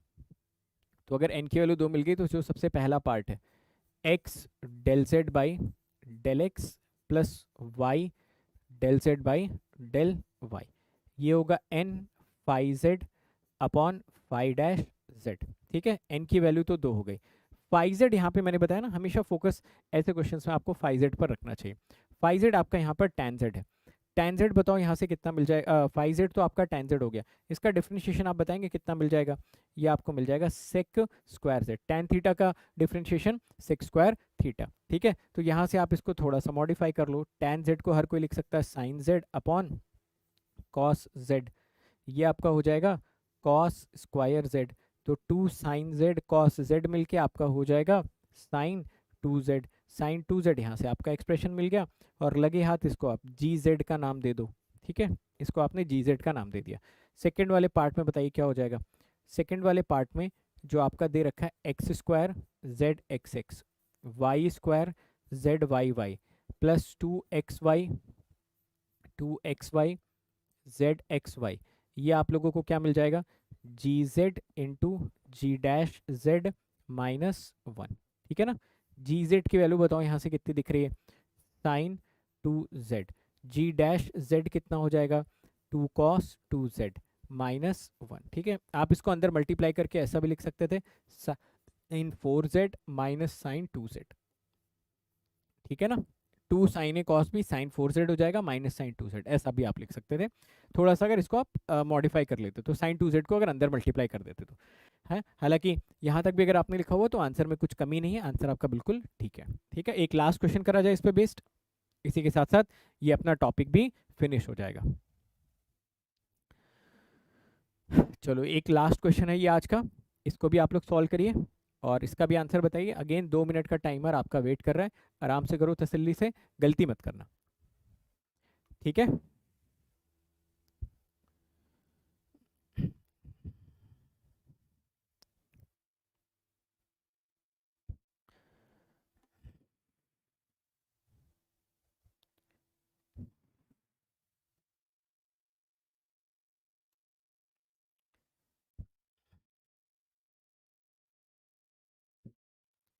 निकाल दीजिए आंसर सभी लोग और आंसर बता दीजिए कितना आ रहा है।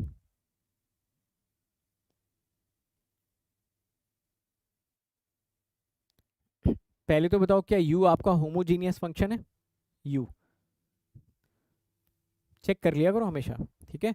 अगर आप यहाँ पर x की जगह kx, y की जगह ky, x की जगह kx, y की जगह ky डालोगे तो k की पावर -1/12 आपका अंदर ही ट्रैप हो जाएगा, बाहर नहीं आ पाएगा, है ना। तो ये आपका तो नॉन होमोजीनियस फंक्शन हो गया, ये आपका नॉन होमोजीनियस फंक्शन हो गया, ठीक है। चलो कोई बात नहीं, यहाँ से हम लोग क्या करते हैं, फाई यू बना लेते हैं।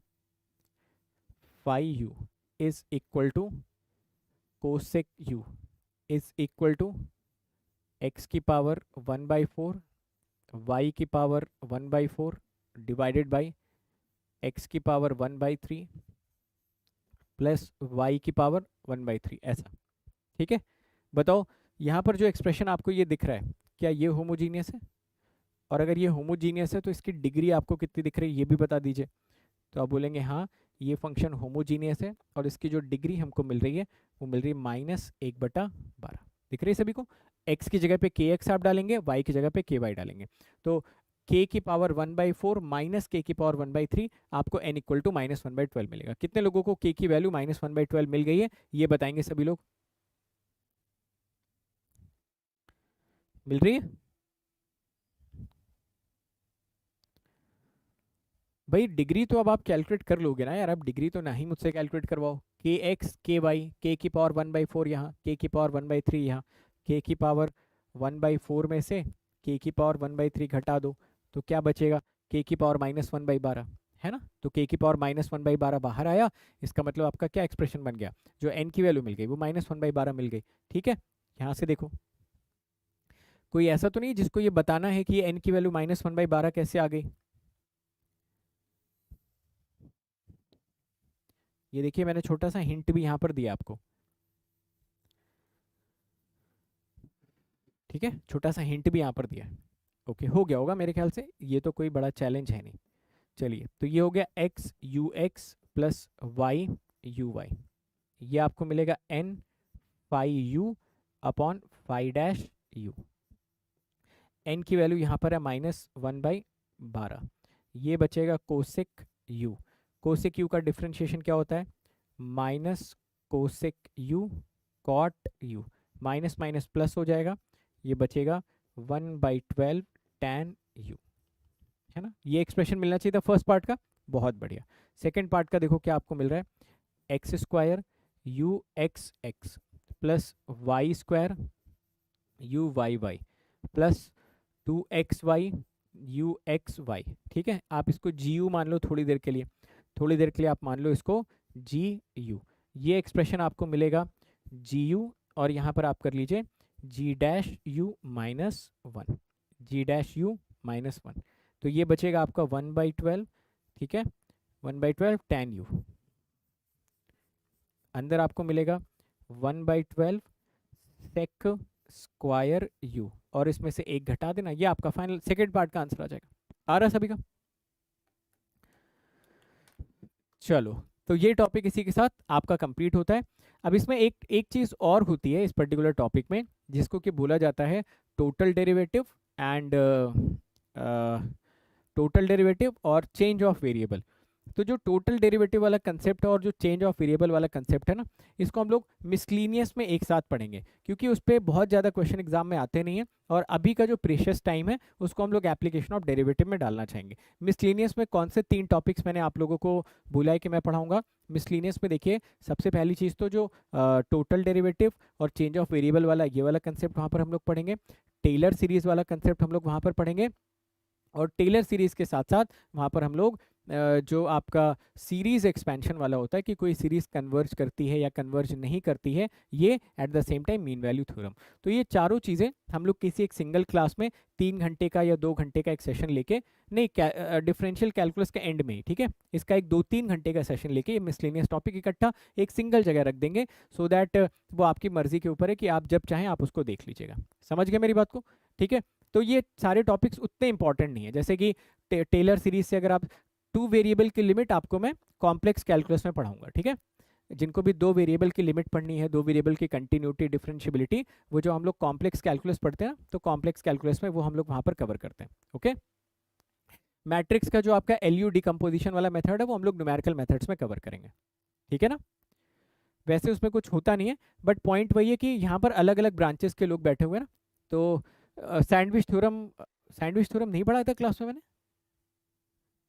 तो यार एक बार मिसलिनियस में याद दिलाना, सैंडविच थ्योरम भी मैं पढ़ा दूंगा, पढ़ाना चाहिए था मुझे वैसे।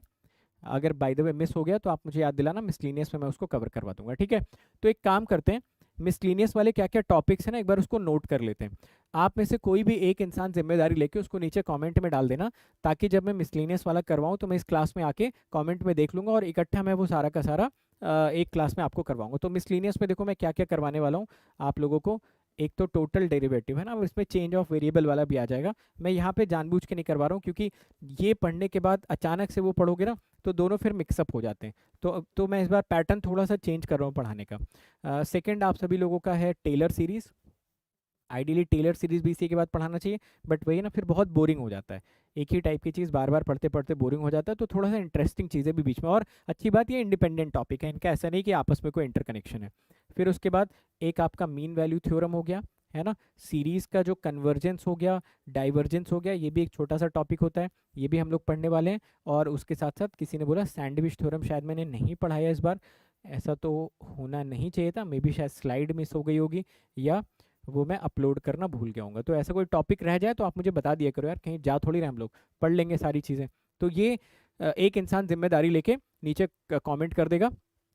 जिस दिन डिफरेंशियल कैलकुलस खत्म हो जाएगी, डिफरेंशियल कैलकुलस के लास्ट पड़ाव पे हम लोग पहुंच चुके हैं, जो कि अगला टॉपिक है एप्लीकेशन ऑफ डेरिवेटिव जो पढ़ने वाले हैं, उसके इमीडिएटली बाद एक लंबा सेशन लेंगे। एक ही सेशन में ट्राई करेंगे कि इनको हम लोग खत्म कर पाएँ, एक में नहीं कर पाएंगे तो दो अलग अलग सेशंस ले लेंगे, बट ये सेशंस होंगे ज़रूर, है ना। मान लो किसी को सेमेस्टर देना है, किसी को पढ़ना है, वो आराम से इसको कवर कर सकता है। सारे रोल्स जितने भी आपके मीन वैल्यू थ्योरम से इसी में कवर हो जाएंगे ना, रोल्स मीन वैल्यू थ्योरम, आपका Lagrange's mean value theorem, Cauchy's mean value theorem, उसके अलावा और भी बहुत सारे होते हैं, डारबाउक्स वाले थ्योरम आ जाता है, सारा सब कुछ मैं आपको इसी मीन वैल्यू थ्योरम में कवर करवा दूंगा, ठीक है। और इसके साथ साथ एक छोटी सी चीज़ मैं और कवर आपको करवाना चाहता था यार, है ना, ग्राफिकल एनालिसिस भी मैं आपको करवाना चाहता था, तो वो भी मैं यहीं पर करवा दूंगा, ठीक है ना।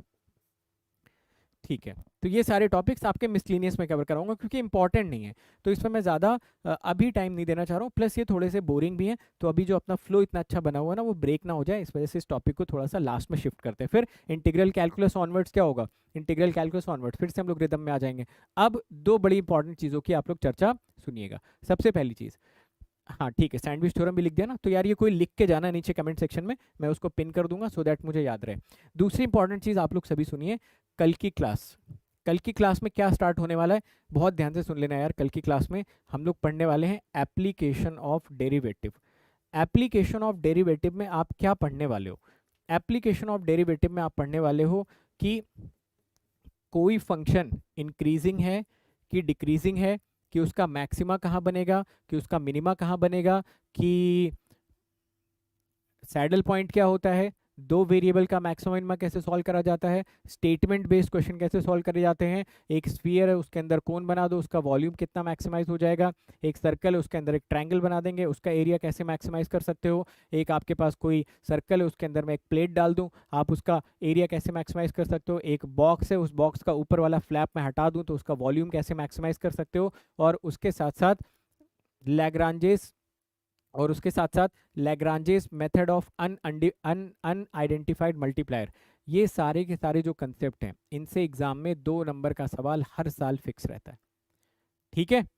तो अगर अभी तक किसी ने लीनियर अलजेब्रा नहीं किया है, लीनियर अलजेब्रा तो अपने आप में एक इंडिपेंडेंट टॉपिक है, अगर अभी तक कोई कैलकुलस में भी कंटिन्यू नहीं कर पाया है, तो कैलकुलस में limit, continuity, differentiability, partial derivative वाला जो टॉपिक अगर अभी तक आपने नहीं भी किया है, कोई दिक्कत वाली बात नहीं है। एप्लीकेशन ऑफ डेरिवेटिव अपने आप में एकदम इंडिपेंडेंट टॉपिक है।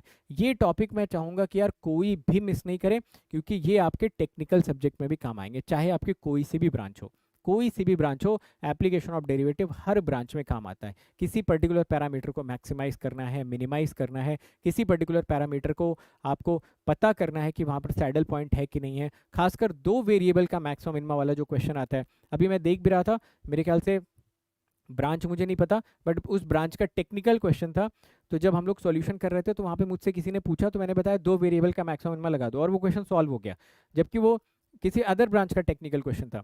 तो मेरे कहने का मतलब है ये टॉपिक यार बिल्कुल मिस मत करना, समझ गए। जनरली मैं किसी टॉपिक के लिए इतना स्ट्रेस देता नहीं हूँ, बट मैं इस टॉपिक के लिए इतना स्ट्रेस दे रहा हूँ क्योंकि ये खुद में भी इंपॉर्टेंट है, आपके टेक्निकल सब्जेक्ट्स में बहुत इंपॉर्टेंट है। समझे मेरी बात को। और मैं क्या बोल रहा हूँ कि 12वीं में आपने पढ़ा है नहीं पढ़ा कोई फर्क नहीं पड़ता भाई, मेरी क्लास में अगर आप आ रहे हो और मेरी क्लास में आने के बाद आप ये क्वेश्चन पूछ रहे हो तो यार ये क्वेश्चन ही अपने आप में वैलिड नहीं। मैंने अभी आपको अपनी कहानी बताई ना, है ना। जैसे आप पहली बार ऐसे नाम सुन रहे हो ना, ऐसे मैं भी पहली बार सुन रहा था, और वो भी पढ़ाने के लिए, पढ़ने के लिए तो छोड़ो। तो आप समझो ना कि जब मैं आपको पढ़ाऊंगा तो मैं उसी नज़रिए से पढ़ाऊंगा कि शायद आप पहली बार इसका नाम सुन रहे होगे। और मेरे ख्याल से सारे टॉपिक्स हमने उसी नज़रिए से कवर किए, चाहे कोई सा भी टॉपिक हमने पढ़ा हो, चाहे लिमिट की बात हो, वहाँ पर भी छोटी से छोटी बातें मैंने आप लोगों को बताई। मैंने कुछ भी फॉर ग्रांटेड नहीं लिया कि आपको पता होना चाहिए, ठीक है। इसके बाद एप्लीकेशन ऑफ डेरिवेटिव के बाद ये जो मिसलिनियस वाली क्लास होगी इसको हम लोग कवर करेंगे। उसके बाद जो होगा ना इंटीग्रल कैलकुलस स्टार्ट हो जाएगा। इंटीग्रल कैलकुलस तो मेरे ख्याल से आप सभी लोग बहुत बेसब्री से इंतजार कर रहे होगे, मैं भी बहुत इंतजार कर रहा हूँ। और इंटीग्रल कैलकुलस से आगे के सारे चैप्टर्स इंटरलिंक्ड है, 3 चैप्टर इंटरलिंक्ड है। वेक्टर कैलकुलस, कॉम्प्लेक्स कैलकुलस और कौन सा, डिफरेंशियल इक्वेशन, समझे। तो ये 3 चैप्टर आपके इंटरलिंक्ड है। ओके, ठीक है। तो यहाँ तक जो था वो था। बट हाँ, अब कल की क्लास के बारे में मैं आपको एक चीज़ और बता दूं कि यार हो सकता है कि कल की क्लास जो है उसका टाइमिंग थोड़ा सा ऊपर नीचे हो जाए। कल की क्लास में मैं वैसे कोशिश करता हूँ 5 बजे से अपनी क्लास हो, बट हो सकता है कि कल की क्लास कितने बजे करें बताओ, अगर 5 बजे नहीं हो पाती है तो। अगर 5 बजे क्लास नहीं हो पाती है तो कितने बजे आप लोग आ जाओगे, रात में 11 बजे आ जाओगे। क्लास तो कल होगी, नहीं सुबह नहीं हो पाएगी यार। एक्चुअली क्या है कि मुझे सुबह 7:30 बजे से सुबह 7:30 बजे से सुबह 7:30 बजे से यार मैं थोड़ा सा, मैंने बताया ना कि मेरी फैमिली में थोड़ा सा अभी वो इशू चल रहा है, तो थोड़ा सा भी मुझे हॉस्पिटल का अप एंड डाउन चक्कर लगाना पड़ता है। तो क्लास तो यार कल होगी पक्की बात है, ठीक है। तो मैं पूरी कोशिश करता हूँ कि 5 बजे हो जाएगी। अगर 5 बजे नहीं होती है तो 11:30 बजे तक क्लास होती है आप लोगों की। तो यार बताओ कैसे करा जाए फिर इसको, क्योंकि मैं सोच रहा हूँ ना कि यार ब्रेक नहीं होना चाहिए। आप समझ रहे हो, क्लास ब्रेक होती है तो आपसे ज़्यादा दुख मुझे होता है, बट कभी कभी ऐसी सिचुएशन आ जाती है कि यार वो अपने कंट्रोल में होती नहीं है। मैंने बोला ना कि 1% चांस है कि 5 बजे ना हो पाए, 1% चांस है। मैं पूरी कोशिश करूंगा कि 5 बजे कल अपनी क्लास हो, ठीक है। बट 1% अगर चांस है तो उसका एक टाइम अपने पास होना चाहिए। नहीं एक्चुअली क्या है ना, कल मैं सुबह 7:30 बजे से लेके यार शाम को ना, हो सकता है कि मुझे 5 बजे के बाद भी हॉस्पिटल में रुकना पड़ जाए, हो सकता है, हो सकता है, this is the chance. Recorded में मज़ा नहीं आएगा यार। एप्लीकेशन ऑफ डेरिवेटिव मैंने सोचा था रिकॉर्डेड दे दूंगा ना, बट मज़ा नहीं आएगा उसमें, समझ रहे हो, खासकर पहली क्लास में जहाँ पर कि मैं आपको वेवी कर्व सिखाऊंगा। क्योंकि जब मैं वेवी कर्व सिखाऊंगा ना तो आप 4 तरीके के मुझसे डाउट पूछोगे, और जब तक मैं उन डाउट का आंसर नहीं दूंगा ना, आप कभी वेवी कर्व सीख नहीं पाओगे। समझ रहे हो आप मेरी बात को। तो कल की क्लास में वेवी कर्व हो गया, डोमेन हो गया, इन सब चीज़ों की बहुत अच्छी तरीके से चर्चा करने वाले हम लोग। ओके, 11:30 बजे आ जाओगे, 11:30 बजे।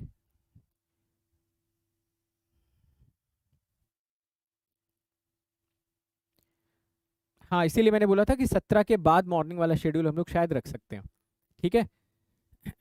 चलो मैं पूरी कोशिश करता हूँ यार, है ना, मैं पूरी कोशिश करता हूँ कि यार 5 बजे तक हम क्लास स्टार्ट कर दें, है ना। 5 नहीं होगा तो 5:30 से कर देंगे। भले ही 1-1.5 घंटे की क्लास करेंगे, बट करेंगे ज़रूर कल क्लास, ठीक है। ठीक है ना, कोशिश करते हैं कि 5 नहीं तो 5:30 कर लेंगे, 1.5 घंटे की कर लेंगे। बट कल क्लास करते हैं, मिस नहीं करेंगे कल की क्लास, पूरा ट्राई करते हैं अपने एंड से। चलो ठीक है, तो कल सभी लोग आ जाना, सभी को बता भी देना एप्लीकेशन ऑफ डेरिवेटिव स्टार्ट हो रहा है। मैंने भी आप लोगों को बता दिया, और अपना पूरा एजेंडा क्लियर है। हाँ, बस इंटीग्रेशन का वेट है। एक बार कैलकुलस खत्म हो गया उसके बाद वाले चैप्टर्स छोटे छोटे हैं, ठीक है ना, उसके बाद आपको इतना टाइम नहीं लगेगा। 4 क्लास में वेक्टर कैलकुलस, 4 क्लास में कॉम्प्लेक्स कैलकुलस, 4 क्लास में डिफरेंशियल इक्वेशन, और फिर प्रॉबिलिटी थोड़ा और डिटेल में पढ़ेंगे। इस बार प्रॉबिलिटी के बिल्कुल नेक्स्ट लेवल का पूरा मैंने आप लोगों के लिए कंटेंट ही पूरा चेंज करवा दिया है प्रॉबिलिटी का, समझ गए। तो प्रॉबिलिटी पूरा अलग लेवल का पढ़ेंगे इस बार। ओके, ठीक है। प्रॉबिलिटी इस बार एकदम अलग लेवल पे पढ़ेंगे, तो प्रॉबिलिटी की तो टेंशन ही मत लो। इस बार भी प्रॉबिलिटी के सारे क्वेश्चन क्लास नोट से ही अपने पूछे गए थे, है ना। सारे क्वेश्चन क्लास नोट से ही प्रॉबिलिटी के पूछे गए। तो प्रॉबिलिटी में तो वैसे भी दिक्कत नहीं, बट प्रॉबिलिटी में थोड़ा और नेक्स्ट लेवल पे आप लोगों को पढ़ाऊंगा। एक क्वेश्चन होमवर्क दे के जा रहा हूँ, एक क्वेश्चन ये होमवर्क है, इसको सभी लोग ट्राई कर लेना और कमेंट बॉक्स में इसका आंसर दे देना, ठीक है। ये क्वेश्चन आपके लिए होमवर्क है। बस थोड़ा सा हिंट दे देता हूँ इस क्वेश्चन का, थोड़ा सा हिंट दे देता हूँ इस क्वेश्चन का। देखो इसमें एक पार्ट ये है, ठीक है, और दूसरा पार्ट ये है, ठीक है। इसका फॉर्मूला आपको पता है, इसका भी फॉर्मूला आपको पता है। ये z जो है ये आपका एक नॉन होमोजीनियस फंक्शन है जो दो होमोजीनियस फंक्शन से मिलके बना है। इसकी डिग्री n है और इसकी डिग्री -n है, ठीक है। इस क्वेश्चन का मैं आपको आंसर भी बता देता हूँ। इस क्वेश्चन का आंसर एक बार आप लोग देखना, आपका ये आना चाहिए n² f+g। किसी का नहीं आएगा नेक्स्ट क्लास में मुझसे पूछ लेगा, क्लास के एंड में मैं सॉल्व करवा दूंगा, ठीक है ना। तो कुछ भी नहीं इस क्वेश्चन में, यहाँ पर बस आपको क्या लिखना है, n इंटू ये पूरा का पूरा जो एक्सप्रेशन है, ठीक है, इस पूरे को f मान लो, इसको f मान लेना और इस पूरे को g मान लेना, ठीक है। तो यहां से मिलेगा nf माइनस एनजी, क्योंकि इसकी जो डिग्री है वो n है और इसकी जो डिग्री है वो -n है, तो ये मिलेगा n इंटू एफ और ये मिलेगा -n इंटू जी। इसको अगर आप सॉल्व करोगे तो यहाँ से आपको एक्सप्रेशन क्या मिल जाएगा, मैं लिख भी देता हूँ, आप लोग बस एक बार ट्राई कर लेना, ठीक है। ये मिलेगा nf और इसकी डिग्री n थी, यहाँ से देखो क्या मिलेगा, n-1 into F plus -n-1 into G, है ना। ऐसा टाइप का एक्सप्रेशन आना चाहिए। इसकी डिग्री -n है तो -n में से ही 1 घटा के सॉल्व करके देखना, ये एक्सप्रेशन आपको फाइनली मिलना चाहिए था, जहां पर f क्या है ये पूरा का पूरा फंक्शन, g क्या है ये पूरा का पूरा फंक्शन, ठीक है ना। तो एक लास्ट क्वेश्चन था, इसको भी आप लोग ट्राई कर लेना, हाँ कर लीजिएगा, एक बार ट्राई करिएगा इसको आप लोग, ठीक है यार। तो काफ़ी डिस्कशन आज हो गया और ये अपना ख़त्म भी हो गया। कल से एक एप्लीकेशन ऑफ डेरिवेटिव वाला जो टॉपिक है उसको भी निपटाते हैं, बस अपना काम ख़त्म, ठीक है, ओके। बाकी एज यूजुअल जो भी अभी लेटेस्ट इन्फॉर्मेशन है अनअकैडमी की तरफ से वो यार बताना मेरा दायित्व भी है और मेरा फ़र्ज भी है और कहीं ना कहीं मेरा जॉब भी है। तो सबसे पहले इन्फॉर्मेशन, आपको 4 महीने तक का एक्सटेंशन मिल रहा है, 24 महीने पे 4 महीने आपको फ्री मिल रहे हैं, ठीक है। 12 महीने पे 3 महीने और 9 महीने पे 2 महीने का फ्री एक्सटेंशन आप सभी लोगों को दिया जा रहा है। कब तक के लिए, डेट भी एक बार आप लोग देख लिया करो, 20 मई तक ये आप सभी लोगों को दिया जा रहा है, ठीक है। कोड आप सभी लोगों को पता ही है, प्लस पे आने के लिए आपको ये कोड लगा के एंटर कर जाना है। मुझे बताओगे कैसे कि मैंने ये कोड लगा लिया है, ये रहा टेलीग्राम चैनल, ठीक है। ये टेलीग्राम चैनल है t.me, आपको यहाँ पर लिखना है विशाल सोनी और उसके बाद IES, ठीक है, ये आप लिख दीजिए। आप यहाँ पे लैंड हो जाएंगे, आपको मेरी टीम मिल जाएगी। आप बता सकते हैं मुझे कि सर मैंने ये कोड लगा के एंटर कर लिया, अब मेरा पर्सनल गाइडेंस प्रोग्राम स्टार्ट कर दीजिए। आपको एक टीम मिल जाती है, आपके जितने भी टेक्निकल डाउट्स हैं वो रेगुलरली सॉल्व हो रहते हैं। आपकी ब्रांच GC हो, इलेक्ट्रिकल हो, IN हो, पूरी टीम है, सारे डाउट्स टेक्निकल आपके सॉल्व करती है। मुझसे बात करनी है, बात करिए, अपनी प्रोग्रेस डिस्कस करिए, अपनी क्वेरीज डिस्कस करिए और अच्छी रैंक हासिल करके लाइए। टाइम ज़्यादा इंपॉर्टेंट है रादर देन कि आप कितनी बार तैयारी करते हो। फर्स्ट अटेम्प्ट जो होता है बेस्ट अटेम्प्ट होता है, बेस्ट शॉट दो फर्स्ट अटेम्प्ट में और टॉप की रैंक आप लाने की कोशिश करो पहली बार में, पूरी जान लगा दो, समझ गए, पूरी जान लगा दोगे, थोड़ा 19-20 भी होगा तो अगली बार वो संभल जाएगा, कोई प्रॉब्लम नहीं। डेट याद कर लो, 26 मई से आपका नया बैच स्टार्ट होने वाला, डिजिटल इलेक्ट्रॉनिक्स सुजय सर का, आपकी ब्रांच EC इलेक्ट्रिकल 24-25 सभी के लिए ये वाले बैचेस आपके हैं, ठीक है। बाकी अगर आप लोन लेना चाहते हो तो लोन लेके भी, या फिर आप 0 कॉस्ट EMI में भी कन्वर्ट करवा सकते हो अपनी पूरी की पूरी फीस को। 0% इंटरेस्ट होता है, 2 घंटे के अंदर अप्रूवल मिल जाता है। इसमें भी अगर आपको कोई मेरी हेल्प चाहिए तो आप ले सकते हो मेरी हेल्प इसमें। बाकी अनअकैडमी के ऑफलाइन सेंटर्स खुल चुके हैं, मैं गया भी था, बहुत अच्छा इंफ्रास्ट्रक्चर है। जो लोग ऑफलाइन पढ़ना चाहते हैं वो आ सकते हैं ऑफलाइन में। 9 मंथ्स के लिए 72,000 आपको पे करना है। ऑब्वियसली यार गेट TSC दोनों ही करोगे, ऑफलाइन करोगे, सिर्फ गेट का तो कोई लॉजिक है नहीं, दोनों एग्जाम की तैयारी कर लो, ठीक है। बाकी ऑफलाइन में आपके बहुत सारे डिफरेंट क्राइटेरिया के बेसिस पे आपके कंसेशन या डिस्काउंट है। तो ये वाली स्लाइड्स पे आप देख लो, जैसे अगर कोई प्लस का एग्जिस्टिंग स्टूडेंट है तो उनके लिए 40% है, और अगर कोई अगर अनअकैडमी का ऑफलाइन सब्सक्रिप्शन लेता है ना तो उसको प्लस का सब्सक्रिप्शन ऑटोमेटिकली 1 साल का मिल जाता है, ठीक है। तो ये आपको यहाँ पे बेनिफिट मिलता है। बाकी हाँ, अगला जो संडे स्कॉलरशिप टेस्ट भी है, सभी लोग दे देना, स्कॉलरशिप टेस्ट दे ही दिया करो, आपका 1 घंटे यूटिलाइज भी हो जाएगा और मैथ्स एप्टीट्यूड की प्रैक्टिस भी हो जाएगी, ठीक है। 45 मिनट में 20 क्वेश्चन आपको करने रहेंगे। अगला संडे जो है उसमें ये 21 मई जो आप देख रहे हो ना, इस दिन आप सभी लोगों को ये टेस्ट देने का मौका मिलेगा।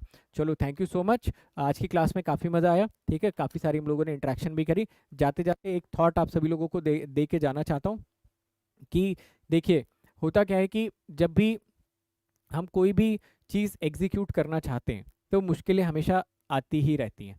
लाइफ जो आपकी स्टार्ट हो चुकी है ना, उस लाइफ में मुश्किलें कभी ख़त्म नहीं होंगी। तो अगर आप ये सोच रहे हो कि जब मैं गेट का एग्ज़ाम क्लियर कर लूँगा तो कोई नया सवेरा आएगा और उस दिन से मेरी ज़िंदगी में सब कुछ अच्छा अच्छा हो जाएगा, ऐसा होने वाला नहीं है। ये शायद आपने 10वीं पास करने के बाद भी सोचा था, 12वीं पास करने के बाद भी सोचा था, और शायद अब भी आपके दिमाग में यही थॉट आ रहा होगा कि यार एक बार बस जॉब लग जाए, चीज़ें सब कुछ बहुत अच्छी हो जाएंगी। तो मेरी बात हमेशा याद रखिएगा, लाइफ जो होता है ना, वो कभी भी डीसी सिग्नल नहीं होता है। लाइफ कभी भी ऐसे नहीं चलता। Life is always an AC signal. Life हमेशा साइनोसॉइडल साइनोसॉइडल चलती रहेगी। तो लाइफ में खुश वही रहता है, सर्वाइव वही कर सकता है जो ये चीज़ एक्सेप्ट कर लेता है कि यार जब मैं सुबह उठूंगा तो मैं भगवान से ये नहीं बोलूंगा कि भगवान आज का दिन मेरे लिए बहुत अच्छा बना देना। भगवान से मैं ये बोलूंगा कि भगवान मुझे आज जी भर के चैलेंजेस देना, but at the same time मुझे उन चैलेंजेस से फाइट करने की शक्ति भी देना, उन चैलेंजेस से फाइट करने की पावर भी देना। हमेशा इस बात को आप लोग याद रखिएगा कि चैलेंजेस तो आएंगे ही आएंगे, मुसीबतें तो आनी ही आनी है। हमारे अंदर वो कैपेबिलिटी होनी चाहिए कि हम उसको बहुत अच्छी तरीके से टैकल कर पाएँ। तो सुबह उठ के जो आपका थॉट होना चाहिए वो ये होना चाहिए कि मुझे बेस्ट चैलेंजेस मिले, एक्सट्रीम सिचुएशन के चैलेंजेस मिले, but at the same time वो स्ट्रेंथ मिले कि जिससे मैं उन सारे चैलेंजेस को डील कर पाऊँ। इसी थॉट के साथ आज का ये सेशन एंड करते हैं। मिलते हैं हम लोग कल की क्लास में। Thank you so much.